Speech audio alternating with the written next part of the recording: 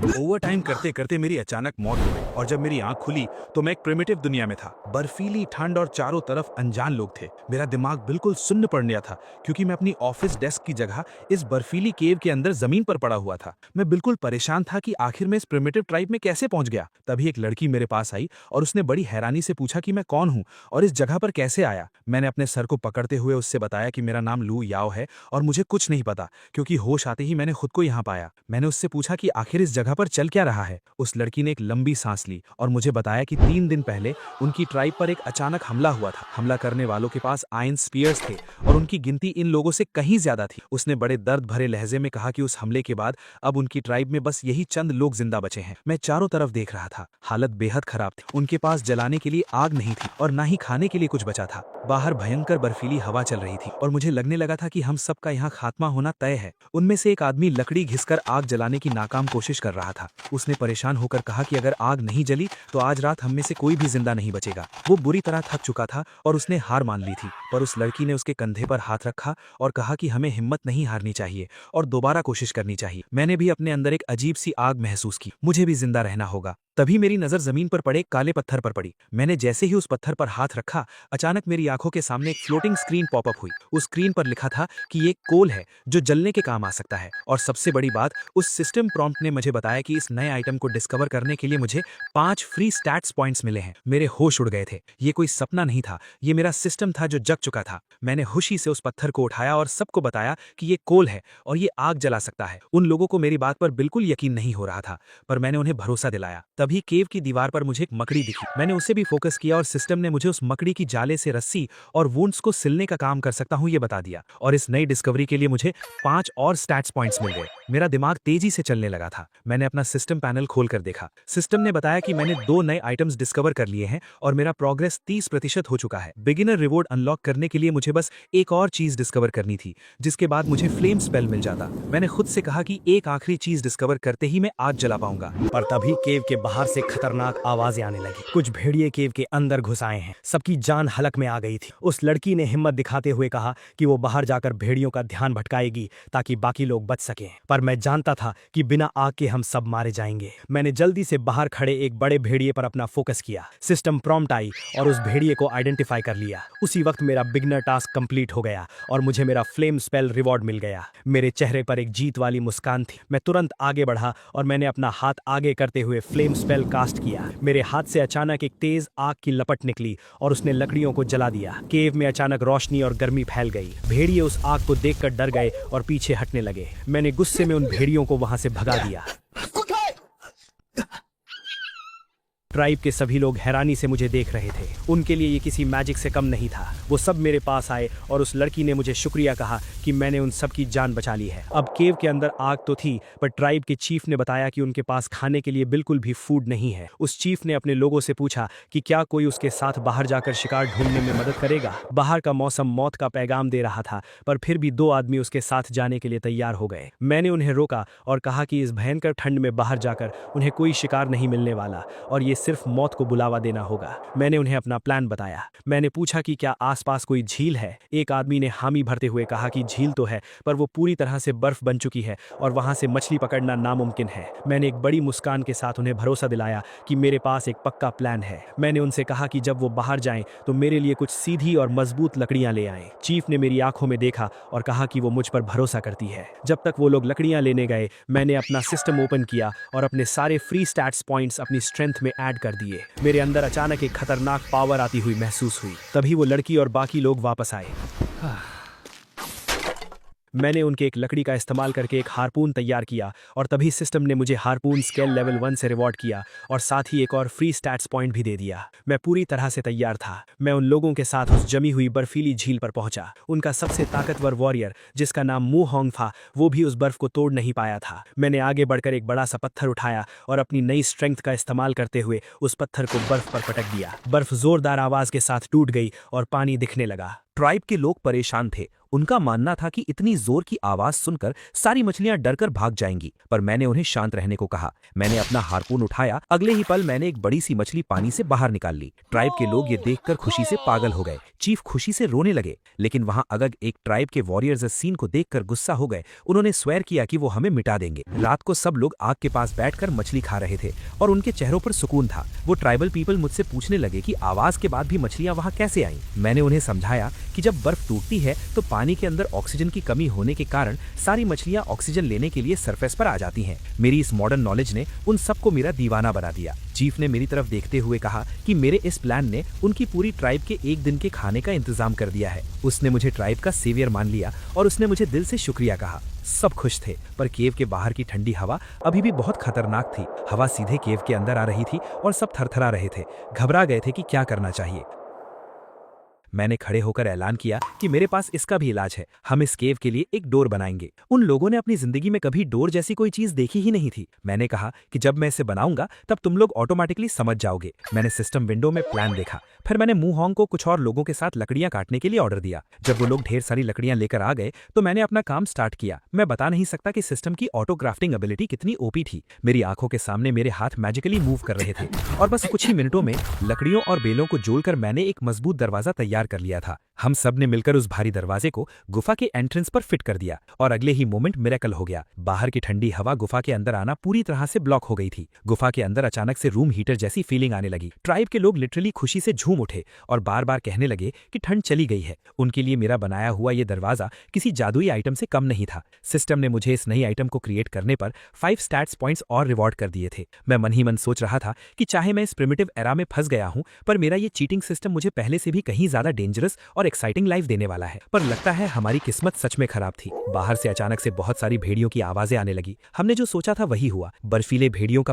पूरा झुंड हमारा शिकार करने वापस आ गया था। ट्राइब की औरतें डरकर रोने लगी। मैंने उन्हें शांत करवाया और कहा कि हमारे पास अभी दरवाजे का प्रोटेक्शन है, इसलिए वो आसानी से अंदर नहीं आ सकते। पर हम आराम से गुफा के अंदर बैठकर उनके जाने का वेट भी नहीं कर सकते थे, क्योंकि हमें उन्हें इफेक्टिवली खत्म करना था ताकि हम हमेशा के लिए सेफ हो जाएं। हमारे पास बाहर निकलकर उनसे आमने सामने लड़ने की पावर नहीं थी। मैंने सबसे कहा कि हमें बाहर आने की जरूरत नहीं है, हम दरवाजे का स्मार्ट यूज करेंगे। मैंने दरवाजा बनाने से बची हुई लकड़ियों और कुछ नुकीले पत्थरों का यूज करके ढेर सारे नए और डेडली स्टोन स्पीयर्स बनाए। मैंने अपना प्लान सबको बताया और उसके बाद मैंने गुफा के दरवाजे को बस थोड़ा सा एक छोटे गैप जितना ओपन किया। बाहर खड़े भूखे भेड़िए दरवाजे के खुलते ही उस गैप में अपना मुंह डालने लगे। यही मेरा प्लान था। हमने उन छोटे गैप से अपने स्टोन स्पीयर्स से डायरेक्ट हिट करना शुरू कर दिया। ये एक परफेक्ट स्ट्रैटेजी थी जिसमें भेड़िए कुछ नहीं कर पा रहे थे और हम उन्हें सेफ डिस्टेंस से मार रहे थे। जल्द ही हमने उस पूरे वुल्फ पैक का सफाया कर दिया। बाहर बर्फ पर चारों तरफ उन भेड़ियों की डेड बॉडीज पड़ी थीं। ट्राइब के लोग खुशी से पागल थे, क्योंकि अब उनके पास अगले आधे महीने तक खाने के लिए बहुत सारा वुल्फ मीट आ चुका था। मुंहोंग इमोशन में आकर मेरे आगे झुक गया और उसने मुझे ऑफिशियली अपना बॉस मान लिया। जब हम मीट कलेक्ट कर रहे थे तब अचानक से बर्फ से निकलकर एक स्नो वुल्फ कब ने अटैक कर दिया, पर मैंने उसे आसानी से हरा दिया। भले ही वो बस एक छोटा सा बच्चा था, पर इस प्रिमिटिव एरा के वुल्फ कप की ताकत किसी नॉर्मल मॉडर्न इंसान से कहीं ज्यादा थी। मुंहोंग डर के मारे चीखने लगा और उसने पूछा कि बॉस, आपने इस भेड़िए को क्यों नहीं मारा? ये सिंपल था। जब मैंने इस छोटे वुल्फ कप को अपनी आंखों से फोकस किया तो सिस्टम ने मुझे दिखाया कि इस भेड़िए को टेम किया जा सकता है। ये सीरियसली एक नेक्स्ट लेवल चीज थी। मैंने मुंहोंग को एक भुनी हुई मछली का टुकड़ा लाने को बोला और उस मीट को उस गुस्से में भरे वुल्फ कप के सामने डाल दिया। मैंने पूरी आंखों में आंखें डालकर उस कप से कहा कि मुझे अपना मास्टर एक्सेप्ट कर लो, वरना तुम्हारी भी मौत पक्की है। वो भेड़िया राजी हो गई। उस ट्राइब के लोगों ने अपनी जिंदगी में किसी जंगली भेड़िए को इंसान के आगे झुकते हुए नहीं देखा था, क्योंकि ये दुनिया अभी एनिमल हस्बेंड्री पीरियड में भी प्रॉपर्ली एंटर नहीं हुई थी। मैं शायद इस दुनिया का पहला एनिमल टेमर बन गया था। मुंहोंग ने वुल्स मीट गुफा के अंदर शिफ्ट करने का आदेश दे दिया। हम एंजॉय कर रहे थे, पर अचानक से जंगल के अंधेरे में से एक आयरन स्पीयर उड़ता हुआ आया और मुंहोंग को लगा। चीफ ने घबराकर बताया कि ये वही दुश्मन ट्राइब के लोग हैं जिन्होंने उनके लोगों को मारा था। उनका एक आदमी हम पर नजर रख रहा था। चीफ ने सबको तुरंत गुफा के अंदर भागने और डोर बंद करने को कहा। मैंने सबको समझाया कि वो दुश्मन वहां से भाग रहा था। मैं समझ गया कि वो वापस जाकर अपनी पूरी ट्राइब को हमारी लोकेशन बताने गया है। अगर वो अपनी पूरी ट्राइब ले आया तो ये लकड़ी का डोर उन आयरन वेपन्स को रोक नहीं पाएगा। चीफ बहुत डरी हुई थी। मैंने चीफ को मशवरा दिया कि हमें ये जगह और सारा मीट छोड़कर कहीं और भाग जाना चाहिए, पर मुहोंग बुरी तरह जख्मी था और वो चलने की हालत में नहीं था। मुहोंग ने कहा कि हम उसे यहीं छोड़कर निकल जाएं, वरना उसकी वजह से सब मारे जाएंगे। उसने कहा कि इस चोट की वजह से उसको इन्फेक्शन हो जाएगा और वो वैसे भी मर जाएगा, पर मैंने उन सबको रोका। मैंने उससे कहा कि ये सिर्फ एक छोटी सी चोट है और मैं उसे ठीक कर दूंगा। मैं उन्हें बिना बताए तेजी से केव से बाहर निकल गया। बाहर बर्फ गिर रही थी, पर मुझे सिस्टम पर पूरा भरोसा था कि यहाँ आसपास कोई ना कोई हीलिंग प्लांट जरूर होगा। मैंने बर्फ के बीच ढूंढना शुरू किया और जल्दी ही मुझे एक पहाड़ के किनारे पर्पल रंग का पौधा दिखाई दिया। सिस्टम प्रॉम्प्ट ने कंफर्म किया कि ये एक पेन किलर और हीलिंग अर्ब है। मुझे इसके लिए भी फ्री स्टैट्स पॉइंट्स मिल गए। मैं तुरंत उस अर्ब को लेकर वापस केव की तरफ भागा। रास्ते में मुझे एक वाइन भी मिली जिसकी इलास्टिसिटी बहुत कमाल की थी। मैंने उसे भी अपने पास रख लिया। केव में आते ही मैंने उस पर्पल अर्ब को अपने दांतों से चबाया और उस पेस्ट को मुहोंग के वुंड पर लगा दिया। कुछ ही सेकंड्स में उस अर्ब का मैजिक दिखने लगा। मुहोंग का दर्द बिल्कुल गायब हो गया और उसकी चोट ठीक होने लगी। ट्राइब के लोग ये देखकर दंग रह गए। चीफ ने मुझे एक देवता की तरह देखना शुरू कर दिया। उसने कहा कि अब हमें जल्दी यहाँ से भागना होगा क्योंकि दुश्मन कभी भी आ सकते हैं। पर मैंने एक गहरी मुस्कान के साथ उनसे कहा कि अब हम कहीं नहीं जाएंगे, हम उन दुश्मनों को यहीं खत्म करेंगे। चीफ ने परेशान होकर कहा कि दुश्मनों के पास आयरन वेपन्स हैं और उनकी गिनती बहुत ज्यादा है, हम उनसे नहीं जीत सकते। मैंने उन्हें बताया कि मैं उन आयरन स्पीयर्स से भी खतरनाक वेपन बना सकता हूं। मैंने उन्हें बाहर से लाए हुए वाइन और लकड़ी को दिखाया। मैंने उन्हें समझाया कि हम इस लकड़ी और वाइन का इस्तेमाल करके बो और पत्थर से एरोज बनाएंगे। मैंने उन्हें तुरंत ऑर्डर दिया कि बाकी सब लोग भी मेरे बनाए हुए डिजाइन के हिसाब से बोज और एरोज बनाना शुरू करें। मैंने अपने हाथों से इस प्रिमिटिव दुनिया का सबसे पहला बो तैयार किया। सिस्टम स्क्रीन फ्लैश हुई और मुझे बताया गया कि मैंने पहला बो बनाया है जिसके लिए मुझे आर्चरी स्किल लेवल 1 और 10 फ्री स्टैट्स पॉइंट्स मिले हैं। मुझे ये सब किसी गेम जैसा लग रहा था। मैंने ट्राइब के हर एक मेंबर के हाथ में बो और एरोज थमा दिए और उन्हें उनका इस्तेमाल करना सिखा दिया। अब हमारी ट्राइब एक लॉन्ग रेंज आर्चर यूनिट बन चुकी थी जो दूर से ही दुश्मन को ढेर कर सकती थी। तभी अचानक जंगल से दुश्मन ट्राइब के लोग हवा में अपने वेपन्स लहराते हुए आ गए। मैं मुस्कुराया और मैंने अपने सारे फ्री स्टैट्स पॉइंट्स अपनी स्ट्रेंथ में लगा दिए। मेरी बॉडी से एक गोल्डन एनर्जी निकलने लगी। मैंने अपनी बो पर एरो लगाया और डोर खोलकर ठीक उनके सामने जा खड़ा हुआ। उनका लीडर जोर जोर से चिल्ला रहा था कि वो हम सबको जिंदा नहीं छोड़ेगा क्योंकि उन्हें अपने आयरन वेपन्स पर बहुत घमंड था। उनका एक आदमी आगे बढ़ा पर मैंने बो से एरो शूट कर दिया और एरो सीधा उसके दिल के आर पार हो गया। दुश्मन ट्राइब के लोग ये नया वेपन देखकर बुरी तरह डर गए।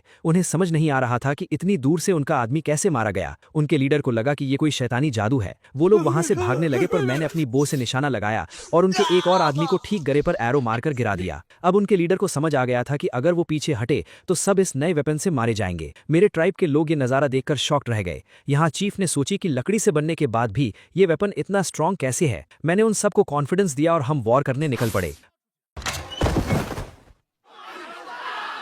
मुहोंग को बो कंट्रोल करने में थोड़ा दिक्कत हुआ पर फिर भी हम आगे बढ़े। मीनवाइल ऑपोजिशन लीडर ने अपनी बची हुई ट्राइब को ऑर्डर दिया कि जो कोई भी पीछे हटेगा उसको 3 दिन तक खाना नहीं मिलेगा। उन सबको मजबूरन आगे बढ़ना पड़ा पर हमने उन पर एरोज की बारिश कर दी और उन सबको बर्फ पर लिटा दिया। जब लड़ाई शांत हुई तो हमने देखा कि दुश्मन ट्राइब का एक आदमी जिंदा बच गया था। वो मुहोंग से लड़ने की कोशिश कर रहा था और मुहोंग को जमीन पर पटक दिया। मैंने सबको ऑर्डर दिया कि उसे जिंदा पकड़ लो। जब उसे बांधकर मेरे पास लाया गया तो मैंने पूछा कि उसका नाम क्या है। उसने गुस्से में बताया कि उसका नाम शुएकू है। वो इनकार कर रहा था मेरी कोई भी बात मानने से। मैंने ऑर्डर दिया कि इसके कपड़े उतारकर इसे बाहर बर्फ में फेंक दो। इतनी ठंड में कोई भी इंसान कुछ ही सेकंड्स में जम जाता, पर 3 मिनट बाद भी उस शुएकू को कुछ नहीं हुआ था। उसने मुझे हंसते हुए बताया कि उसके पास नेचुरल कोल्ड रेजिस्टेंस है और उसे ठंड नहीं लगती। मैं उसकी इस पावर से काफी इंप्रेस हुआ और मैंने तय किया कि इसको अपनी ट्राइब में शामिल करना फायदेमंद होगा। मैंने उसे वापस केव में बुलाया। वो सोच रहा था कि मैं अब उसे मार दूंगा। मुझे पता था कि उसकी ट्राइब का लीडर कुलोऊ बहुत ही जालिम आदमी था जो अपने लोगों को भूखा रखता था। मैंने उस आदमी से पूछा कि आखिर वो कुलोऊ जैसे जालिम लीडर का इतना वफादार क्यों है। उसने मुझे बताया कि सारे ट्राइब चीफ्स एक जैसे ही होते हैं और कुलोऊ ने उसे बचपन से पाला है, इसलिए वो उसको धोखा नहीं देगा। मैंने अपना तरीका बदला। मुझे पता था कि वो भूखा है तो मैंने उसके सामने एक बड़ा सा भुना हुआ मीट का टुकड़ा रख दिया। उसकी आंखें बाहर आ गईं क्योंकि उसने ऐसी शानदार दावत कभी नहीं देखी थी। उसने सोचा कि मैं उससे खरीदने की कोशिश कर रहा हूँ। उसने गुस्से में वो मीट खा लिया और बोला कि वो मरने से पहले पेट भर खाना चाहता था, पर वो मुझे धोखा नहीं देगा। उसने जब अपना पेट भर लिया तो मैंने मुस्कुराते हुए अपने एक आदमी को इशारा किया। मेरे आदमी ने उसके हाथों की रस्सी काट दी। सुएक्यू बिल्कुल हैरान था। मैंने उससे कहा कि वो आज़ाद है और अपनी ट्राइब में वापस जा सकता है। मैंने उसे समझाया कि कुलोह के पास सब लोग गुलाम हैं,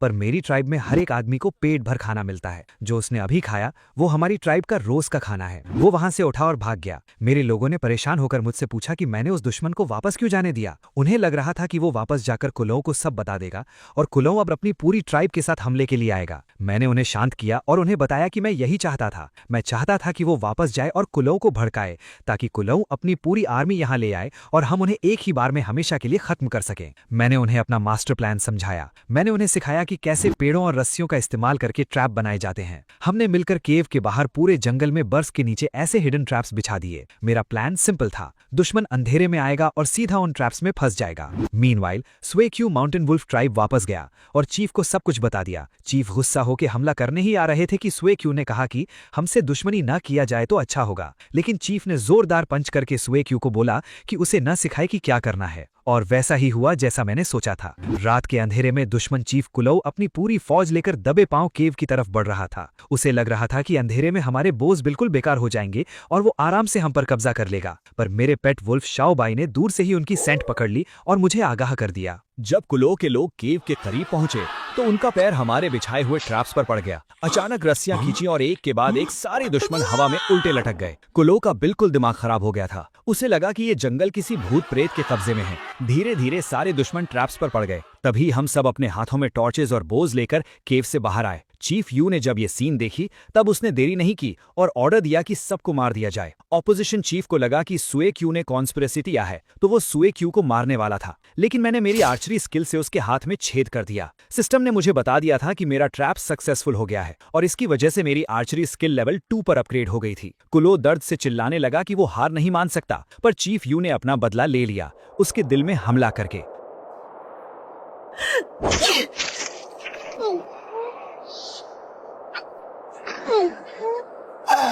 चीफ ने मुझे ट्राइब की जीत की बधाई दी और अपना सेवियर मानते हुए मुझ पर पूरा विश्वास जताया। हमने डिसाइड किया कि हम सीधा चलकर माउंटेन वुल्फ ट्राइब के रिसोर्सेज पर कब्जा कर लेंगे। रात भर में हमने दुश्मन की पूरी ट्राइब को खत्म कर दिया था। अगली सुबह मेरी ट्राइब के लोग खुशी से जश्न मना रहे थे। हमने कुलोह की सेटलमेंट पर पूरा कब्जा कर लिया था। वहां आरामदायक गर्मा गर्म झोपड़ियां थीं और हम सबको केव की उस बर्फीली जमीन से छुटकारा मिल गया था। चीफ मेरे पास आई और उसने मुझे बताया कि उसने कल रात वाले बचे हुए सभी दुश्मनों को जिंदा पकड़ लिया है। मोहोंग ने गुस्से में कहा कि इन लोगों ने हमारी ट्राइब के मासूम लोगों को मारा था, इसलिए इन सबको मौत की सजा मिलनी चाहिए। मोहोंग ने अपना वेपन उठा लिया था उन दुश्मनों को मारने के लिए, पर चीफ ने तुरंत आगे बढ़कर मोहोंग को रुकने का ऑर्डर दिया। चीफ ने मुझसे पूछा कि अब क्या किया जाए। मैंने उसे समझाया कि इस प्रिमिटिव टाइम में ह्यूमन पावर की कीमत क्या होती है। मैंने उन दुश्मनों की तरफ इशारा करते हुए चीफ को बताया कि ये लोग हमारे लिए दुश्मन नहीं हैं, बल्कि ये हमारी वो फ्री लेबर हैं जो आगे चलकर हमारे नए एम्पायर को बनाने में दिन रात मजदूरी करेंगे। मैं इनकी जान बख्श दूंगा, पर उसके बदले में ये जिंदगी भर हमारे गुलाम बनकर रहेंगे।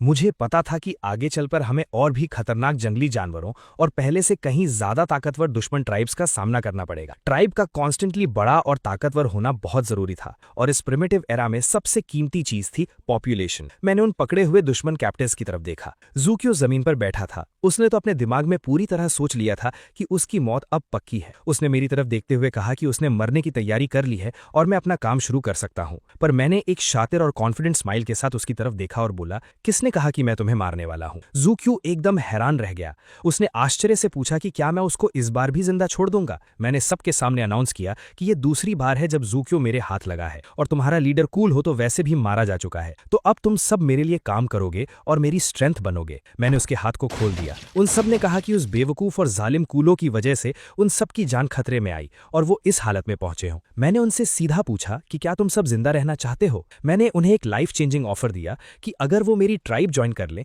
तो उन्हें किसी को मारने की जरूरत नहीं पड़ेगी। अपनी सच्चाई और दरियादिली प्रूफ करने के लिए मैंने ज़ूक्यू का एग्जाम्पल दिया। मैंने सबको बताया कि कैसे मैंने उसे 2 बार पकड़ा और दोनों बार बिना किसी नुकसान के छोड़ दिया। यहां तक कि मैंने उसे बेहतरीन रोस्टेड वुल्फ मीट भी खिलाया था। मैंने प्रॉमिस किया कि मेरी ट्राइब ज्वाइन करने पर हर किसी को रोज भरपेट खाना मिलेगा, कोई भूखा नहीं सोएगा। रोज भरपेट खाना, ये अल्फाज सुनकर उन सभी प्रिमिटिव लोगों की आंखों में ऐसी चमक आ गई जैसे उन्हें कोई खजाना मिल गया हो। उन्हें यकीन हो गया कि मैं सच बोल रहा हूं और मैं उनके पुराने लीडर जैसा बिल्कुल नहीं हूँ। उन सब ने तुरंत एक आवाज में मेरी ट्राइब ज्वाइन करने के लिए हाँ कर दी। मैंने अपने लोगों को ऑर्डर दिया कि इन सब के बंधन खोल दो और फीस्ट शुरू करो। मैंने उन्हें पिछली बार का बचा हुआ सारा वुल्फ मीट निकालकर खिलाने को कहा। वो लोग हैरान थे कि मैं दूसरे ट्राइब लीडर्स की तरह क्रूएल नहीं था। वो लोग भूखों की तरह मीट पर टूट पड़े, एक दूसरे से थोड़ा बहुत झगड़ भी रहे थे खाने के लिए। अब मुझे पूरा पता था कि ये सब लोग कंप्लीटली मेरे लॉयल हो चुके थे। चीफ यू चलकर मेरे पास आई और बोली कि उसने आज तक अपनी पूरी लाइफ में किसी को कैप्टिव्स के साथ ऐसा अच्छा बिहेव करते नहीं देखा और उसने मेरी विजनरी थिंकिंग की बहुत तारीफ की।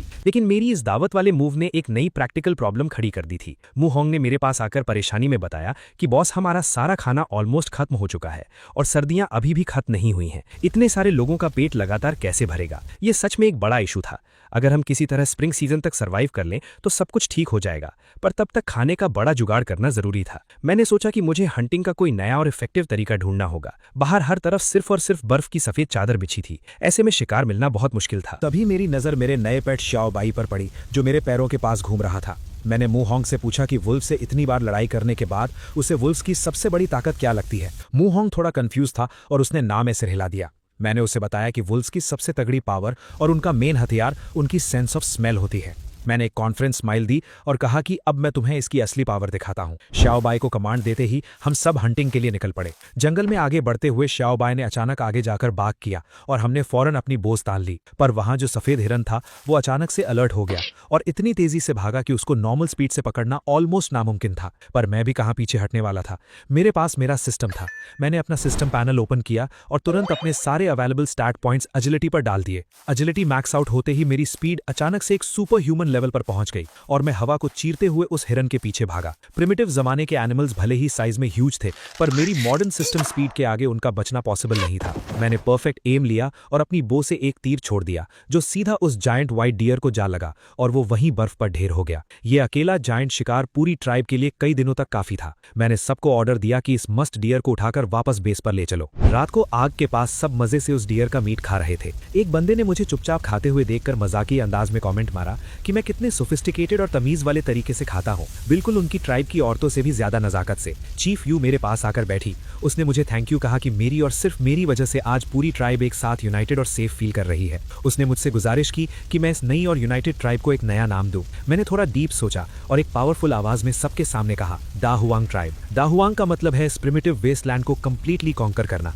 सबको ये नाम बहुत पसंद आया। मैंने वहीं बैठे खुद से प्रॉमिस किया कि इस डेंजरस प्रिमिटिव एरा में मैं एक टॉप टियर लाइफ जीऊंगा। तभी मेरा सिस्टम एक्टिवेट हुआ और एक गोल्डन नोटिफिकेशन स्क्रीन पर पॉपअप हुआ। सिस्टम ने बताया कि दा हुआंग ट्राइब को सक्सेसफुली एस्टैब्लिश करने के लिए मुझे रिवॉर्ड के तौर पर 20 फ्री स्टैट्स पॉइंट्स और हीलिंग स्किल लेवल 1 मिल गया है। मैं अंदर ही अंदर बहुत खुश था कि मेरे पास अब हीलिंग की मैजिकल पावर थी। तभी मैंने उस डियर मीट का एक बड़ा टुकड़ा खाया और अचानक मेरा मुंह बहुत बुरा सा बन गया। मैं लगभग उसे थूकने वाला था। चीफ यू और मू होंग मेरी ऐसी हालत देखकर घबरा गए।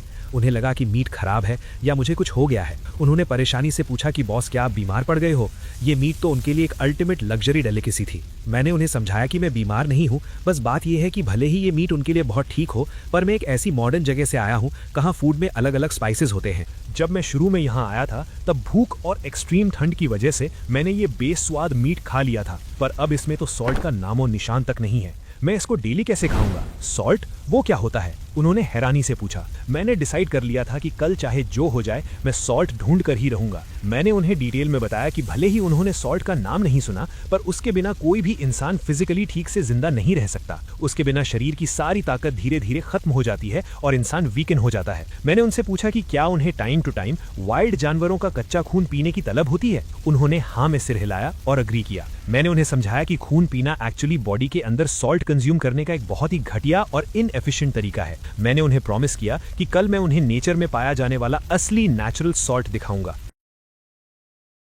प्रॉब्लम ये थी कि नेचुरल सॉल्ट था कहां? वो नदी के उस पार था जहां हम खड़े थे, पर नदी का पानी इतना फ्रीजिंग ठंडा था कि उसको तैरकर पार करना किसी आम प्रिमिटिव इंसान के बस की बात नहीं थी और उसमें जमकर मरने का पूरा रिस्क था। बोट बनाना अभी हमारे रिसोर्सेज के हिसाब से बहुत लंबा और मुश्किल काम था। सब परेशान थे कि वहां कैसे जाएंगे। तभी ज़ुएक्यू आगे आया और कॉन्फिडेंटली बोला कि बॉस, मैं जाऊंगा। उसे नेचुरली ठंड नहीं लगती थी, ये बात तो मैं भूल ही गया था। ज़ुएक्यू ने बिना सोचे उस बर्फीली नदी में जंप लगा दी और स्मूथली तैरकर उस पार चला गया। वहां पहुंचकर उसने किनारे पर जमे हुए क्रिस्टल क्लियर रॉक्स को उठाकर टेस्ट किया। उसके फेशियल एक्सप्रेशंस अचानक बदल गए, जिससे मुझे क्लियर पता चल गया था कि उसने सॉल्ट ढूंढ लिया है। उसने उस नमकीन स्वाद को अपनी लाइफ में पहली बार फील किया था और वो अमेज्ड था। उसने चिल्लाकर मुझसे पूछा कि बॉस, इस सॉल्ट को वापस हमारी तरफ कैसे लाना है। मैंने रिलैक्स होते हुए कहा कि तुम टेंशन मत लो, वहीं रुको, मैं अभी कुछ करता हूं। अब हमारे पास फाइनली सॉल्ट था, पर उसको स्टोर करने के लिए और सबसे इंपॉर्टेंट पानी उबालने के लिए हमें अच्छे बर्तन चाहिए थे। मू होंग ने आकर पूछा कि बॉस, अब हम आगे क्या करने वाले हैं।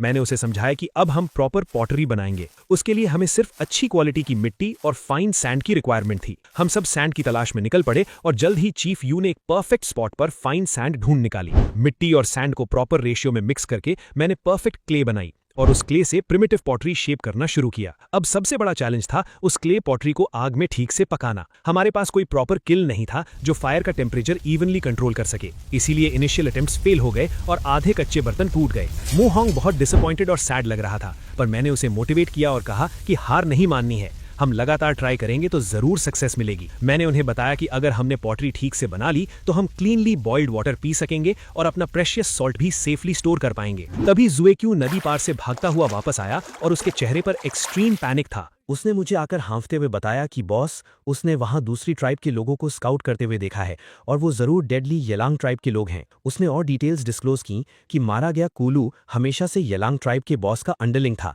और हर 10 दिन में उन्हें अपने शिकार का एक बड़ा हिस्सा प्रोटेक्शन फी के रूप में देता था। अगर उन्हें पता चल गया कि कूलू मारा जा चुका है तो वो अपना रिवेंज लेने हम पर मैसिव अटैक कर देंगे। मैंने गुस्से से उसे देखा और पूछा कि ये इतनी इंपॉर्टेंट बात उसने मुझे पहले क्यों नहीं बताई। उसने बताया कि येलांग ट्राइब कूलू की ट्राइब से साइज और स्ट्रेंथ में 3 गुना ज्यादा बड़ी है। चीफ यू ये सुनकर बुरी तरह घबरा गई। उसने सोचा कि अभी हम एक तबाही से बचे थे और अब एक और नई तबाही हमारे सिर पर आकर खड़ी हो गई है। उसने मुझे नई जगह रिलोकेट होने का सजेशन दिया, पर मैंने उसे काम करते हुए एक कॉन्फिडेंट स्माइल दी और कहा कि इतना पैनिक करने की कोई जरूरत नहीं है। मेरे पास इन सब से निपटने का एक solid master plan already ready था। हम सब वापस अपने बेस पर आए। मैंने जमीन पर एक क्लियर ब्लूप्रिंट ड्रॉ किया और सबको समझाया कि हम एक केयरफुली डिजाइंड इजीली डिफेंसिबल और hard to attack wooden defensive wall बनाएंगे और उसके साथ में एक ऊंचा वॉच टावर भी खड़ा करेंगे ताकि हम दुश्मन को दूर से ही स्पॉट कर सकें। मैंने पूरी ट्राइब को, चाहे वो मर्द हो, औरत हो या बच्चे, सबको इस मैसिव प्रोजेक्ट में लगा दिया। कुछ दिन तक सबने बिना थके मिलकर दिन रात मेहनत की। चीफ यू ने मुझ पर पूरा भरोसा दिखाया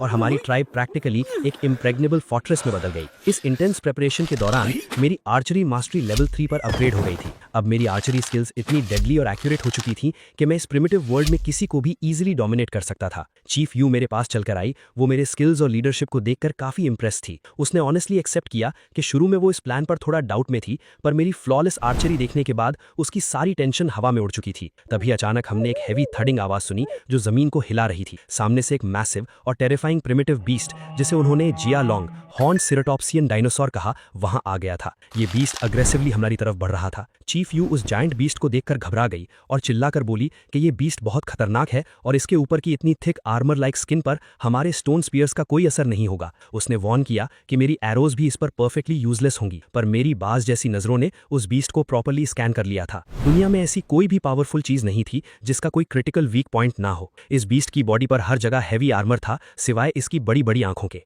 चीफ यू अभी भी चिल्ला रही थी कि वहां इतनी छोटी जगह एम करना नामुमकिन है, पर मैं तो आर्चरी लेवल 3 का मास्टर था। मैंने पीसफुली अपनी बो को उठाया, स्ट्रिंग को अपनी फुल पावर से पुल किया और एक एरो स्ट्रेट हवा को चीरते हुए उस बीस्ट की आंख के अंदर डाल दिया। बीस्ट दर्द से बुरी तरह चिल्लाता हुआ वहीं बर्फ पर गिरकर मर गया। दूर पेड़ों के पीछे से येलैंग ट्राइब के कुछ स्काउट्स छुपकर ये सब देख रहे थे। उनका लीडर कंप्लीटली हैरान था कि ऐसा जायंट आर्मर प्लेटेड बीस्ट किसी ने अकेले सिर्फ एक एरो से कैसे मार दिया। उन्हें सडनली रियलाइज हुआ कि ये जगह तो कूलू की टेरिटरी थी, पर मैं उनके लिए बिल्कुल अनजान था। फिर उनकी तीखी नजर चीफ यू पर पड़ी। उन्होंने तुरंत डिडक्शन लगाया कि कूलू जरूर इस नई फैक्शन द्वारा मारा गया है। ये रैन लीडर की आंखों में हवस और एक्सट्रीम गुस्सा दोनों साफ थे। उसने डिसाइड किया कि वो हमारी इस छोटी सी ट्राइब को पूरी तरह क्रश कर देगा, कूलू का बदला लेगा और चीफ यू को अपने लिए जबरदस्ती उठा लेगा। उन्होंने वहां से चुपके से निकलकर अपनी बड़ी आर्मी को प्लान करके लाने का डिसाइड किया। वापस बेस पर मू होंग खुशी से जोर जोर से उछल रहा था। उसने फाइनली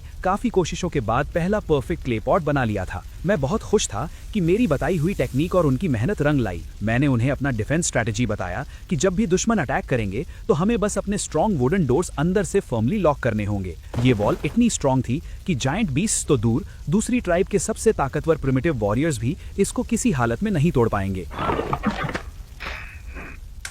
मैंने लोगों से उस मरे हुए सेराटोटॉप्सियन बीस्ट का मैसिव बॉडी अंदर लाने को कहा। चीफ यू पूरी तरह कंफ्यूज थी जब मैंने उनसे उस बीस्ट का थिक आर्मर्ड स्किन निकालने को कहा। मैंने उस स्किन को हमारे नॉर्मल फर वाले कपड़ों के साथ स्टिच करने का ब्रिलियंट आइडिया लगाया। मैं एक्चुअली उस प्रिमिटिव वर्ल्ड में पहली बार ट्रू कॉम्बैट आर्मर क्राफ्ट कर रहा था। कुछ टाइम बाद जब हम रिलैक्स कर रहे थे, अचानक हमारी दीवारों पर एक जोरदार धक्का लगा। मैंने सबको अलर्ट किया और तेजी से वॉच टावर पर भागा। बाहर देखा तो एक huge red eyed black bear हमारी वॉल को एग्रेसिवली ब्रेक करने की कोशिश कर रहा था। चीफ यू को समझ नहीं आया कि एक बेयर बिना किसी प्रवोक किए अचानक इस तरह अटैक क्यों कर रहा है। मैंने कहा पता नहीं, पर इसे तुरंत रोकना होगा। तभी हमने देखा कि और भी मैसिव बेयर्स वहां आ गए थे और वॉल पर अटैक करने लगे। ये सिचुएशन अचानक से काफी सस्पिशियस हो गई थी। असल में ये लैंड ट्राइब का लीडर दूर से देखकर हंस रहा था कि उसका मास्टर प्लान ब्रिलियंटली काम कर गया। उसने एक्चुअली ब्लैक बेयर्स को केयरफुली हमारी तरफ डाइवर्ट किया था ताकि वो हमारी ट्राइब को तबाह कर दे और उसके बाद वो आराम से बची खुची लाशों पर आकर लूट सकें।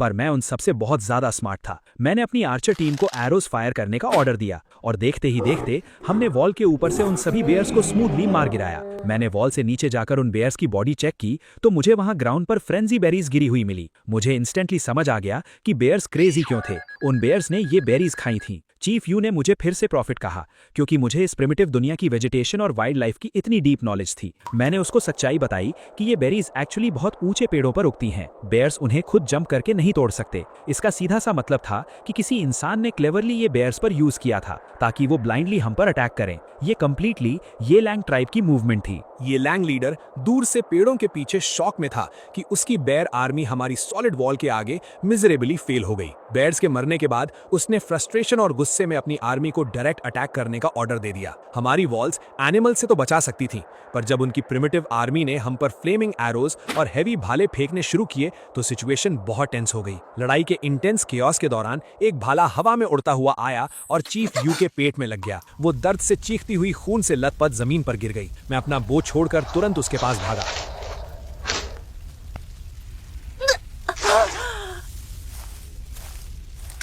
उसने रोते हुए मुझे पकड़ते हुए कहा कि बॉस मुझे अभी छोड़ दो, ये इतनी फेटल चोट है कि मैं अब जिंदा नहीं बचूंगी। उसने आखिरी सांस लेते हुए कहा कि उसके बाद अब इस ट्राइब का इकलौता लीडर मैं ही हूँ। उसकी आंखों में आंसू थे। उसने मरते मरते एक बहुत इमोशनल कन्फेशन किया कि इस प्रिमिटिव एरा में हर औरत का सिर्फ एक ही सबसे बड़ा सपना होता है, एक सबसे ताकतवर और स्मार्ट आदमी से शादी करना। और अगर वो आज जिंदा बचती तो उसकी आखिरी विश थी मुझसे शादी करने की, पर अब वो मरने वाली थी। मैंने उसकी बातों को सुनकर एक स्लाइट ग्रिन दी और स्मूथली बोला, किसने कहा कि तुम मरने वाली हो?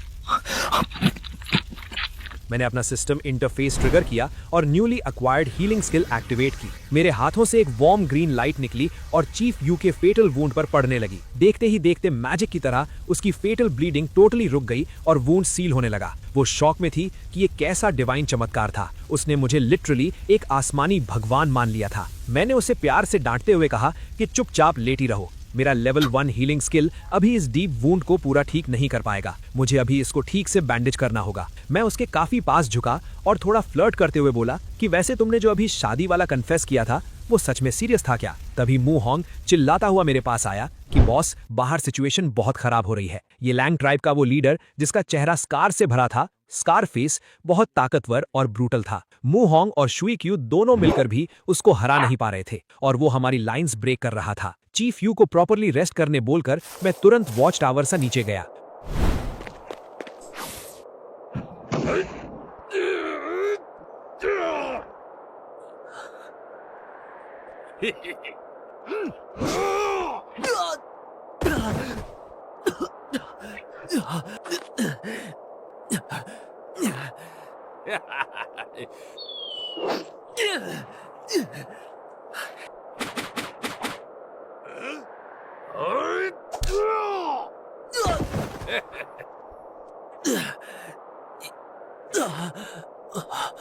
मैंने दुश्मनों के सामने बाहर निकलकर डायरेक्टली उन्हें फेस करने का डिसाइड किया। शुइक्यू नीचे जमीन पर खून में गिरा हुआ था। उसने मुझसे वॉर्न किया कि बॉस, ये स्कारफेस बहुत डेंजरस है, आप अकेले मत जाना। स्कारफेस ने मेरी तरफ देखकर जोरदार मजाक उड़ाया कि अब मैं उनके टॉप फाइटर को मार चुका हूं तो तुमने अपने इस डेलिकेट और वीक लुकिंग बॉस को भेज दिया। उसने प्राउडली डिक्लेयर किया कि मैं उसके सामने एक सेकंड भी नहीं टिक पाऊंगा। उसने कहा कि मुझ जैसे निठल्ले और निहत्थे को मारने के लिए उसको अपने आयरन वेपन की भी जरूरत नहीं है। उसने अपना भाला जमीन पर फेंक दिया और अपने बैर हैंड से मेरी तरफ चार्ज किया। उसने अपने पूरी ब्रूटल पावर से एक क्रशिंग पंच मेरे चेस्ट पर मारा, पर वो बेवकूफ नहीं जानता था कि मैंने उसके लिए क्या प्रिपेयर किया था। जैसे ही उसका थंडरिंग पंच मेरे चेस्ट पर लगा, एक लाउड मेटल लाइक क्लैशिंग आवाज आई और उसके हाथ से खून निकलने लगा। उसने पीछे हटकर डरते हुए पूछा कि ये हार्ड चीज क्या है। मैंने अपना फर कोट थोड़ा ओपन किया और उसके नीचे उस हॉर्न सेरेटॉप्सियन की अनपियर्सिबल स्ट्रॉन्ग स्किन से बना आर्मर धूप में चमक रहा था। मैंने उससे कॉन्फिडेंटली बताया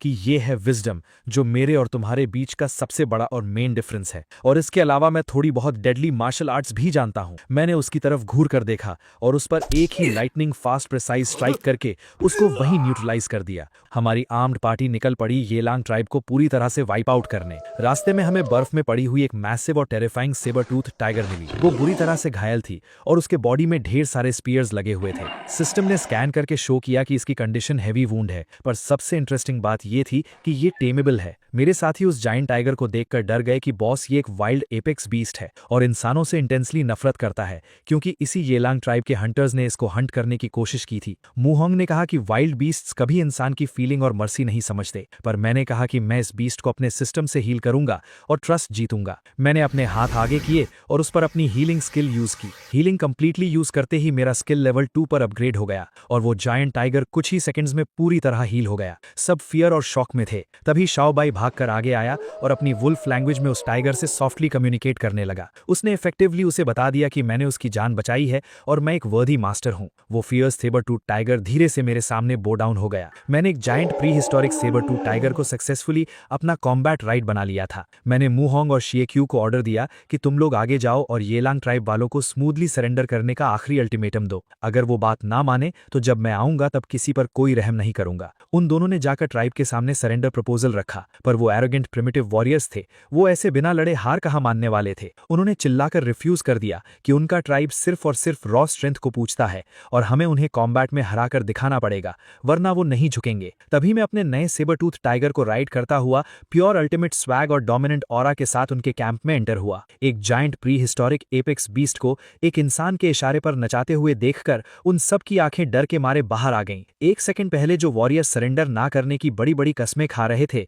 वो मेरी ये सुप्रीम पावर देखकर तुरंत मेरे आगे घुटनों पर गिर गए। उन्होंने बिना किसी कंडीशन के अपनी डिफीट एक्सेप्ट कर ली और मेरी टीम में लॉयल होकर शामिल हो गए। वापस बेस आने पर सब लोग बहुत जश्न मना रहे थे। क्ले पॉट्स आग पर रखे थे जिनमें गर्म पानी उबल रहा था और फ्रेशली रोस्टेड मीट पर नया लाया हुआ सॉल्ट लगा हुआ था। खाने का टेस्ट अब एक अलग ही नेक्स्ट लेवल पर पहुंच चुका था। चीफ यू ने मुझे देखकर एक वार्म स्माइल की और बोली कि बॉस, आपकी लीडरशिप की वजह से हमने जो सपने में भी नहीं सोचा था वो मिरेकल हो गया। हमारी ट्राइब इतनी बड़ी हो चुकी है और ऐसा लग्जेरियस सिविलाइज्ड लाइफस्टाइल जी रही है, ये सब आपकी मेहरबानी है। मैंने एक कॉन्फिडेंट और डिटर्मिन्ड लुक के साथ कहा कि ये तो बस हमारी शुरुआत है। तभी अचानक मेरे सामने एक ग्लोइंग गोल्डन इंटरफेस फ्लैश हुआ। सिस्टम ने बताया कि मेरी ट्राइब एक सिग्निफिकेंटली लार्ज स्केल पर एक्सपैंड हो चुकी है। इस मॉन्यूमेंटल अचीवमेंट पर मुझे एक god tier unique divine power realm of the leader level 1 मिली है। इस पावर का इफेक्ट ये था कि मेरी ट्राइब की टेरिटरी के अंदर मौजूद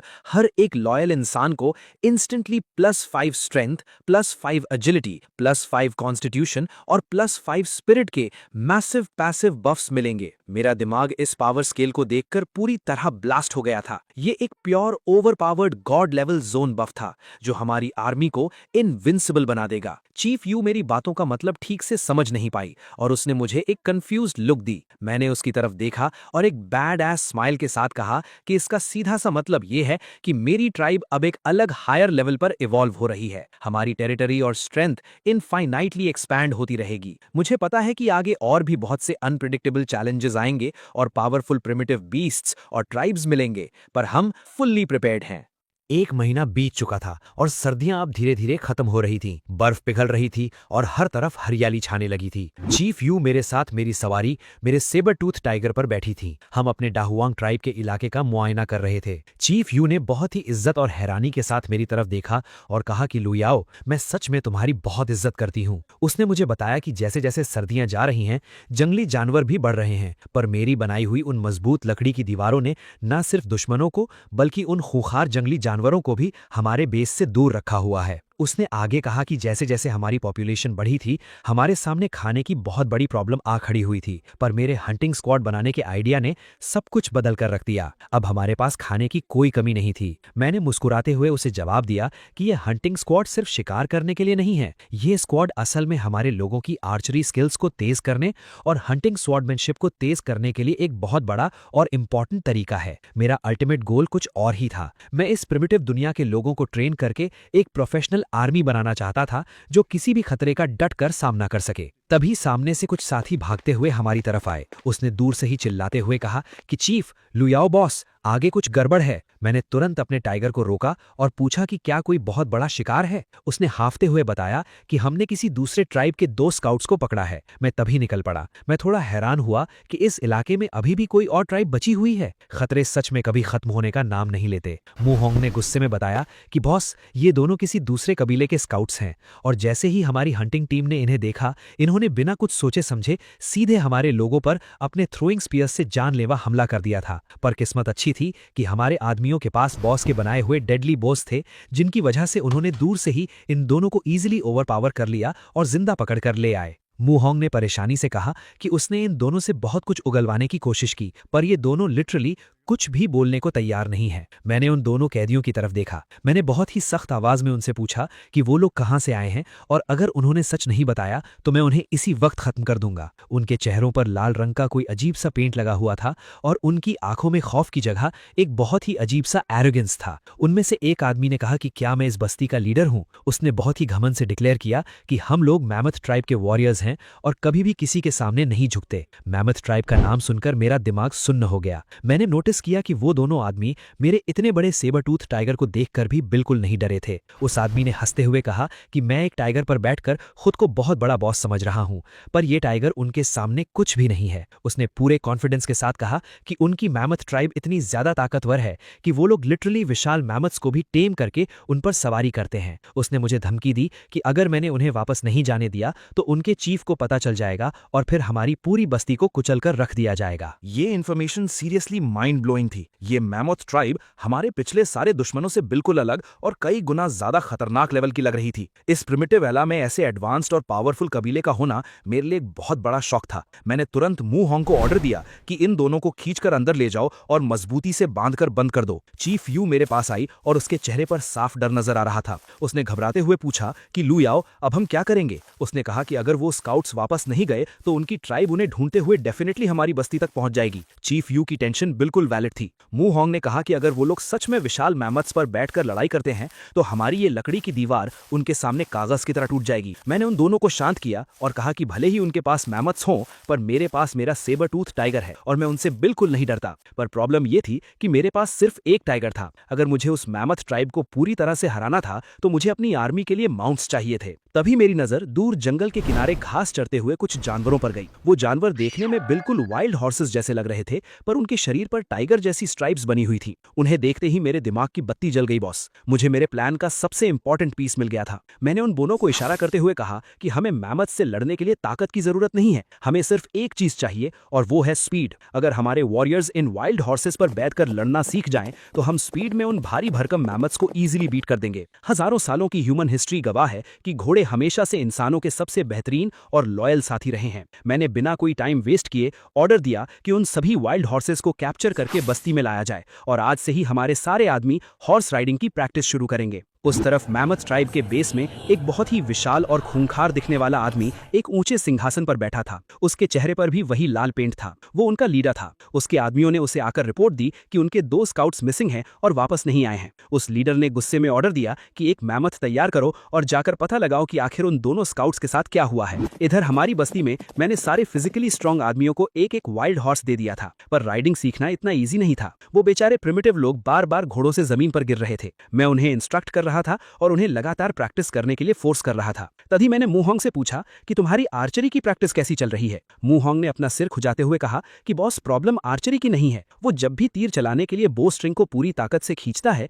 तो उसकी रॉ स्ट्रेंथ की वजह से पूरी की पूरी लकड़ी की बो ही बीच से टूट जाती है। ये सच में एक बहुत बड़ा इशू था। मैंने मूहोंग को अपने साथ चलने को कहा। हम बस्ती के उस हिस्से में गए जहां शिकार किए हुए जानवरों का गोश्त रखा जाता था। मैंने वहां से एक मरे हुए जानवर की लंबी सी मोटी नस को उठाया। मैंने मूहोंग को एक्सप्लेन किया कि हम जो बोझ जंगली बेलों से बना रहे थे उनकी टेंशन और स्ट्रेंथ बहुत कम थी, पर अगर हम इन जानवरों की मजबूत नसों का इस्तेमाल करके बो स्ट्रिंग बनाएं तो वो इजीली किसी भी स्ट्रांग वॉरियर की ताकत को बर्दाश्त कर लेगी और कभी नहीं टूटेगी।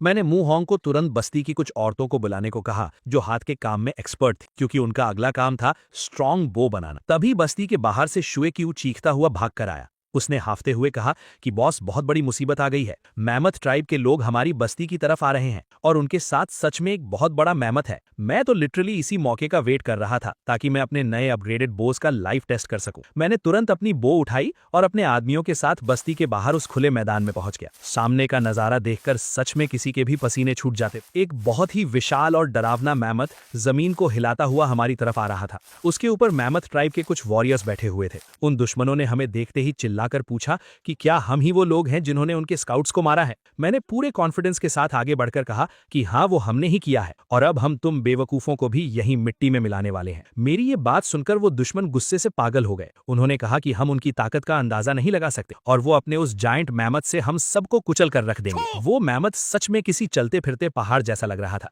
जब वो हमारी तरफ दौड़ा तो जमीन इतनी जोर से कांप रही थी कि मेरे आदमियों के चेहरे पर खौफ आ गया था। एक आदमी ने डर कर कहा कि बॉस, ये जानवर बहुत बड़ा है, हम इसे कैसे रोकेंगे। मैंने एक काम स्माइल के साथ कहा कि मुझ पर भरोसा रखो। मैंने अपनी नई अपग्रेडेड बो को उठाया और उस पर एक तीर चढ़ाया। मेरे बाकी आदमियों ने भी अपनी बोझ तैयार कर ली। मैंने सिस्टम इंटरफेस में चेक किया तो मेरी एजिलिटी और स्ट्रेंथ पूरी तरह से बफ्ड थी। जैसे ही वो मैमथ हमारी रेंज में आया, मैंने जोर से ऑर्डर दिया और हम सब ने एक साथ अपने तीरों की बारिश कर दी। वो तीर इतनी ज्यादा इंसेन स्पीड और डेडली फोर्स के साथ निकले कि उन्होंने हवा को चीरते हुए सीधा उस मैमथ के शरीर और उसकी आंखों में गहराई तक एंट्री कर ली। वो विशाल जानवर दर्द से भयंकर आवाज में चिंघाड़ा और अगले ही पल वो पहाड़ जैसा मैमथ एक बहुत बड़े धमाके के साथ जमीन पर गिरकर ढेर हो गया। उसके ऊपर बैठे दुश्मन भी बुरी तरह से कुचले गए। ये सीन देखकर मेरे आदमियों की आंखें फटी की फटी रह गई। ये मेरे नए बोझ की पावर का अल्टीमेट प्रूफ था। तभी मेरी आंखों के सामने सिस्टम का ग्लोइंग पैनल फ्लैश हुआ। सिस्टम ने मुझे एक शानदार नोटिफिकेशन दिया कि मैंने सक्सेसफुली एक अपग्रेडेड बो का यूज करके एक मैमथ को हंट किया है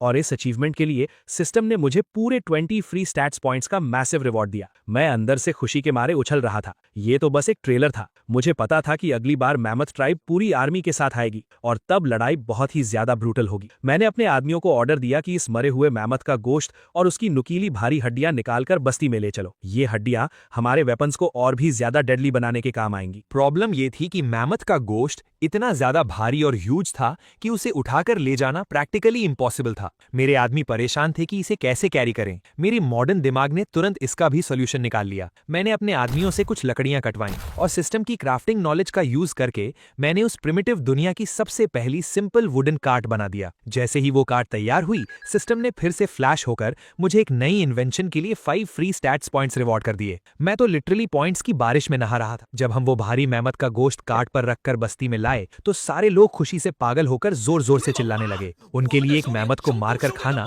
किसी बहुत बड़े चमत्कार और फख्र की बात थी। रात को बस्ती के बीच में एक बहुत बड़ी आग जलाई गई और वो सारा गोश्त भुनने के लिए रख दिया गया। सब लोग उस गोश्त पर टूट पड़ना चाहते थे, पर मैंने उन्हें लाउड आवाज में रुकने को कहा। मैंने डिक्लेयर किया कि ये मैमथ का गोश्त कोई नॉर्मल खाना नहीं है। ये सिर्फ उन असली बहादुर वॉरियर्स को मिलेगा जिन्होंने खुद को साबित किया है। मूहोंग ने हैरानी से पूछा कि बॉस, आपके हिसाब से असली वॉरियर कौन है? मैंने कहा कि आज सिर्फ वो लोग ये गोश्त खाएंगे जिन्होंने हॉर्स राइडिंग को पूरी तरह से मास्टर कर लिया है। मेरी ये बात सुनकर बस्ती के 8 फिजिकली स्ट्रांग और फिट आदमी पूरे कॉन्फिडेंस के साथ आगे आए। उन्होंने कहा कि बॉस, हम घोड़ा चलाना सीख चुके हैं। वो सच में बहुत ही ज्यादा टैलेंटेड और फास्ट लर्नर्स थे। मैंने उन्हें शाबाशी दी और कहा कि आज से तुम 8 लोग मेरी ग्रेट वेस्टलैंड ट्राइब की एलीट स्काउट्स हो। घोड़ों की स्पीड के साथ अब तुम्हारी रेंज बहुत बढ़ गई है। मैंने उन 8 को 2-2 की टीम में डिवाइड किया और उन्हें मैप समझाते हुए ऑर्डर दिया कि कल सुबह होते ही तुम लोग ईस्ट, वेस्ट, नॉर्थ और साउथ चारों डायरेक्शंस में निकल जाओगे। तुम्हारा मिशन मैमथ ट्राइब के मेन बेस को ढूंढना है।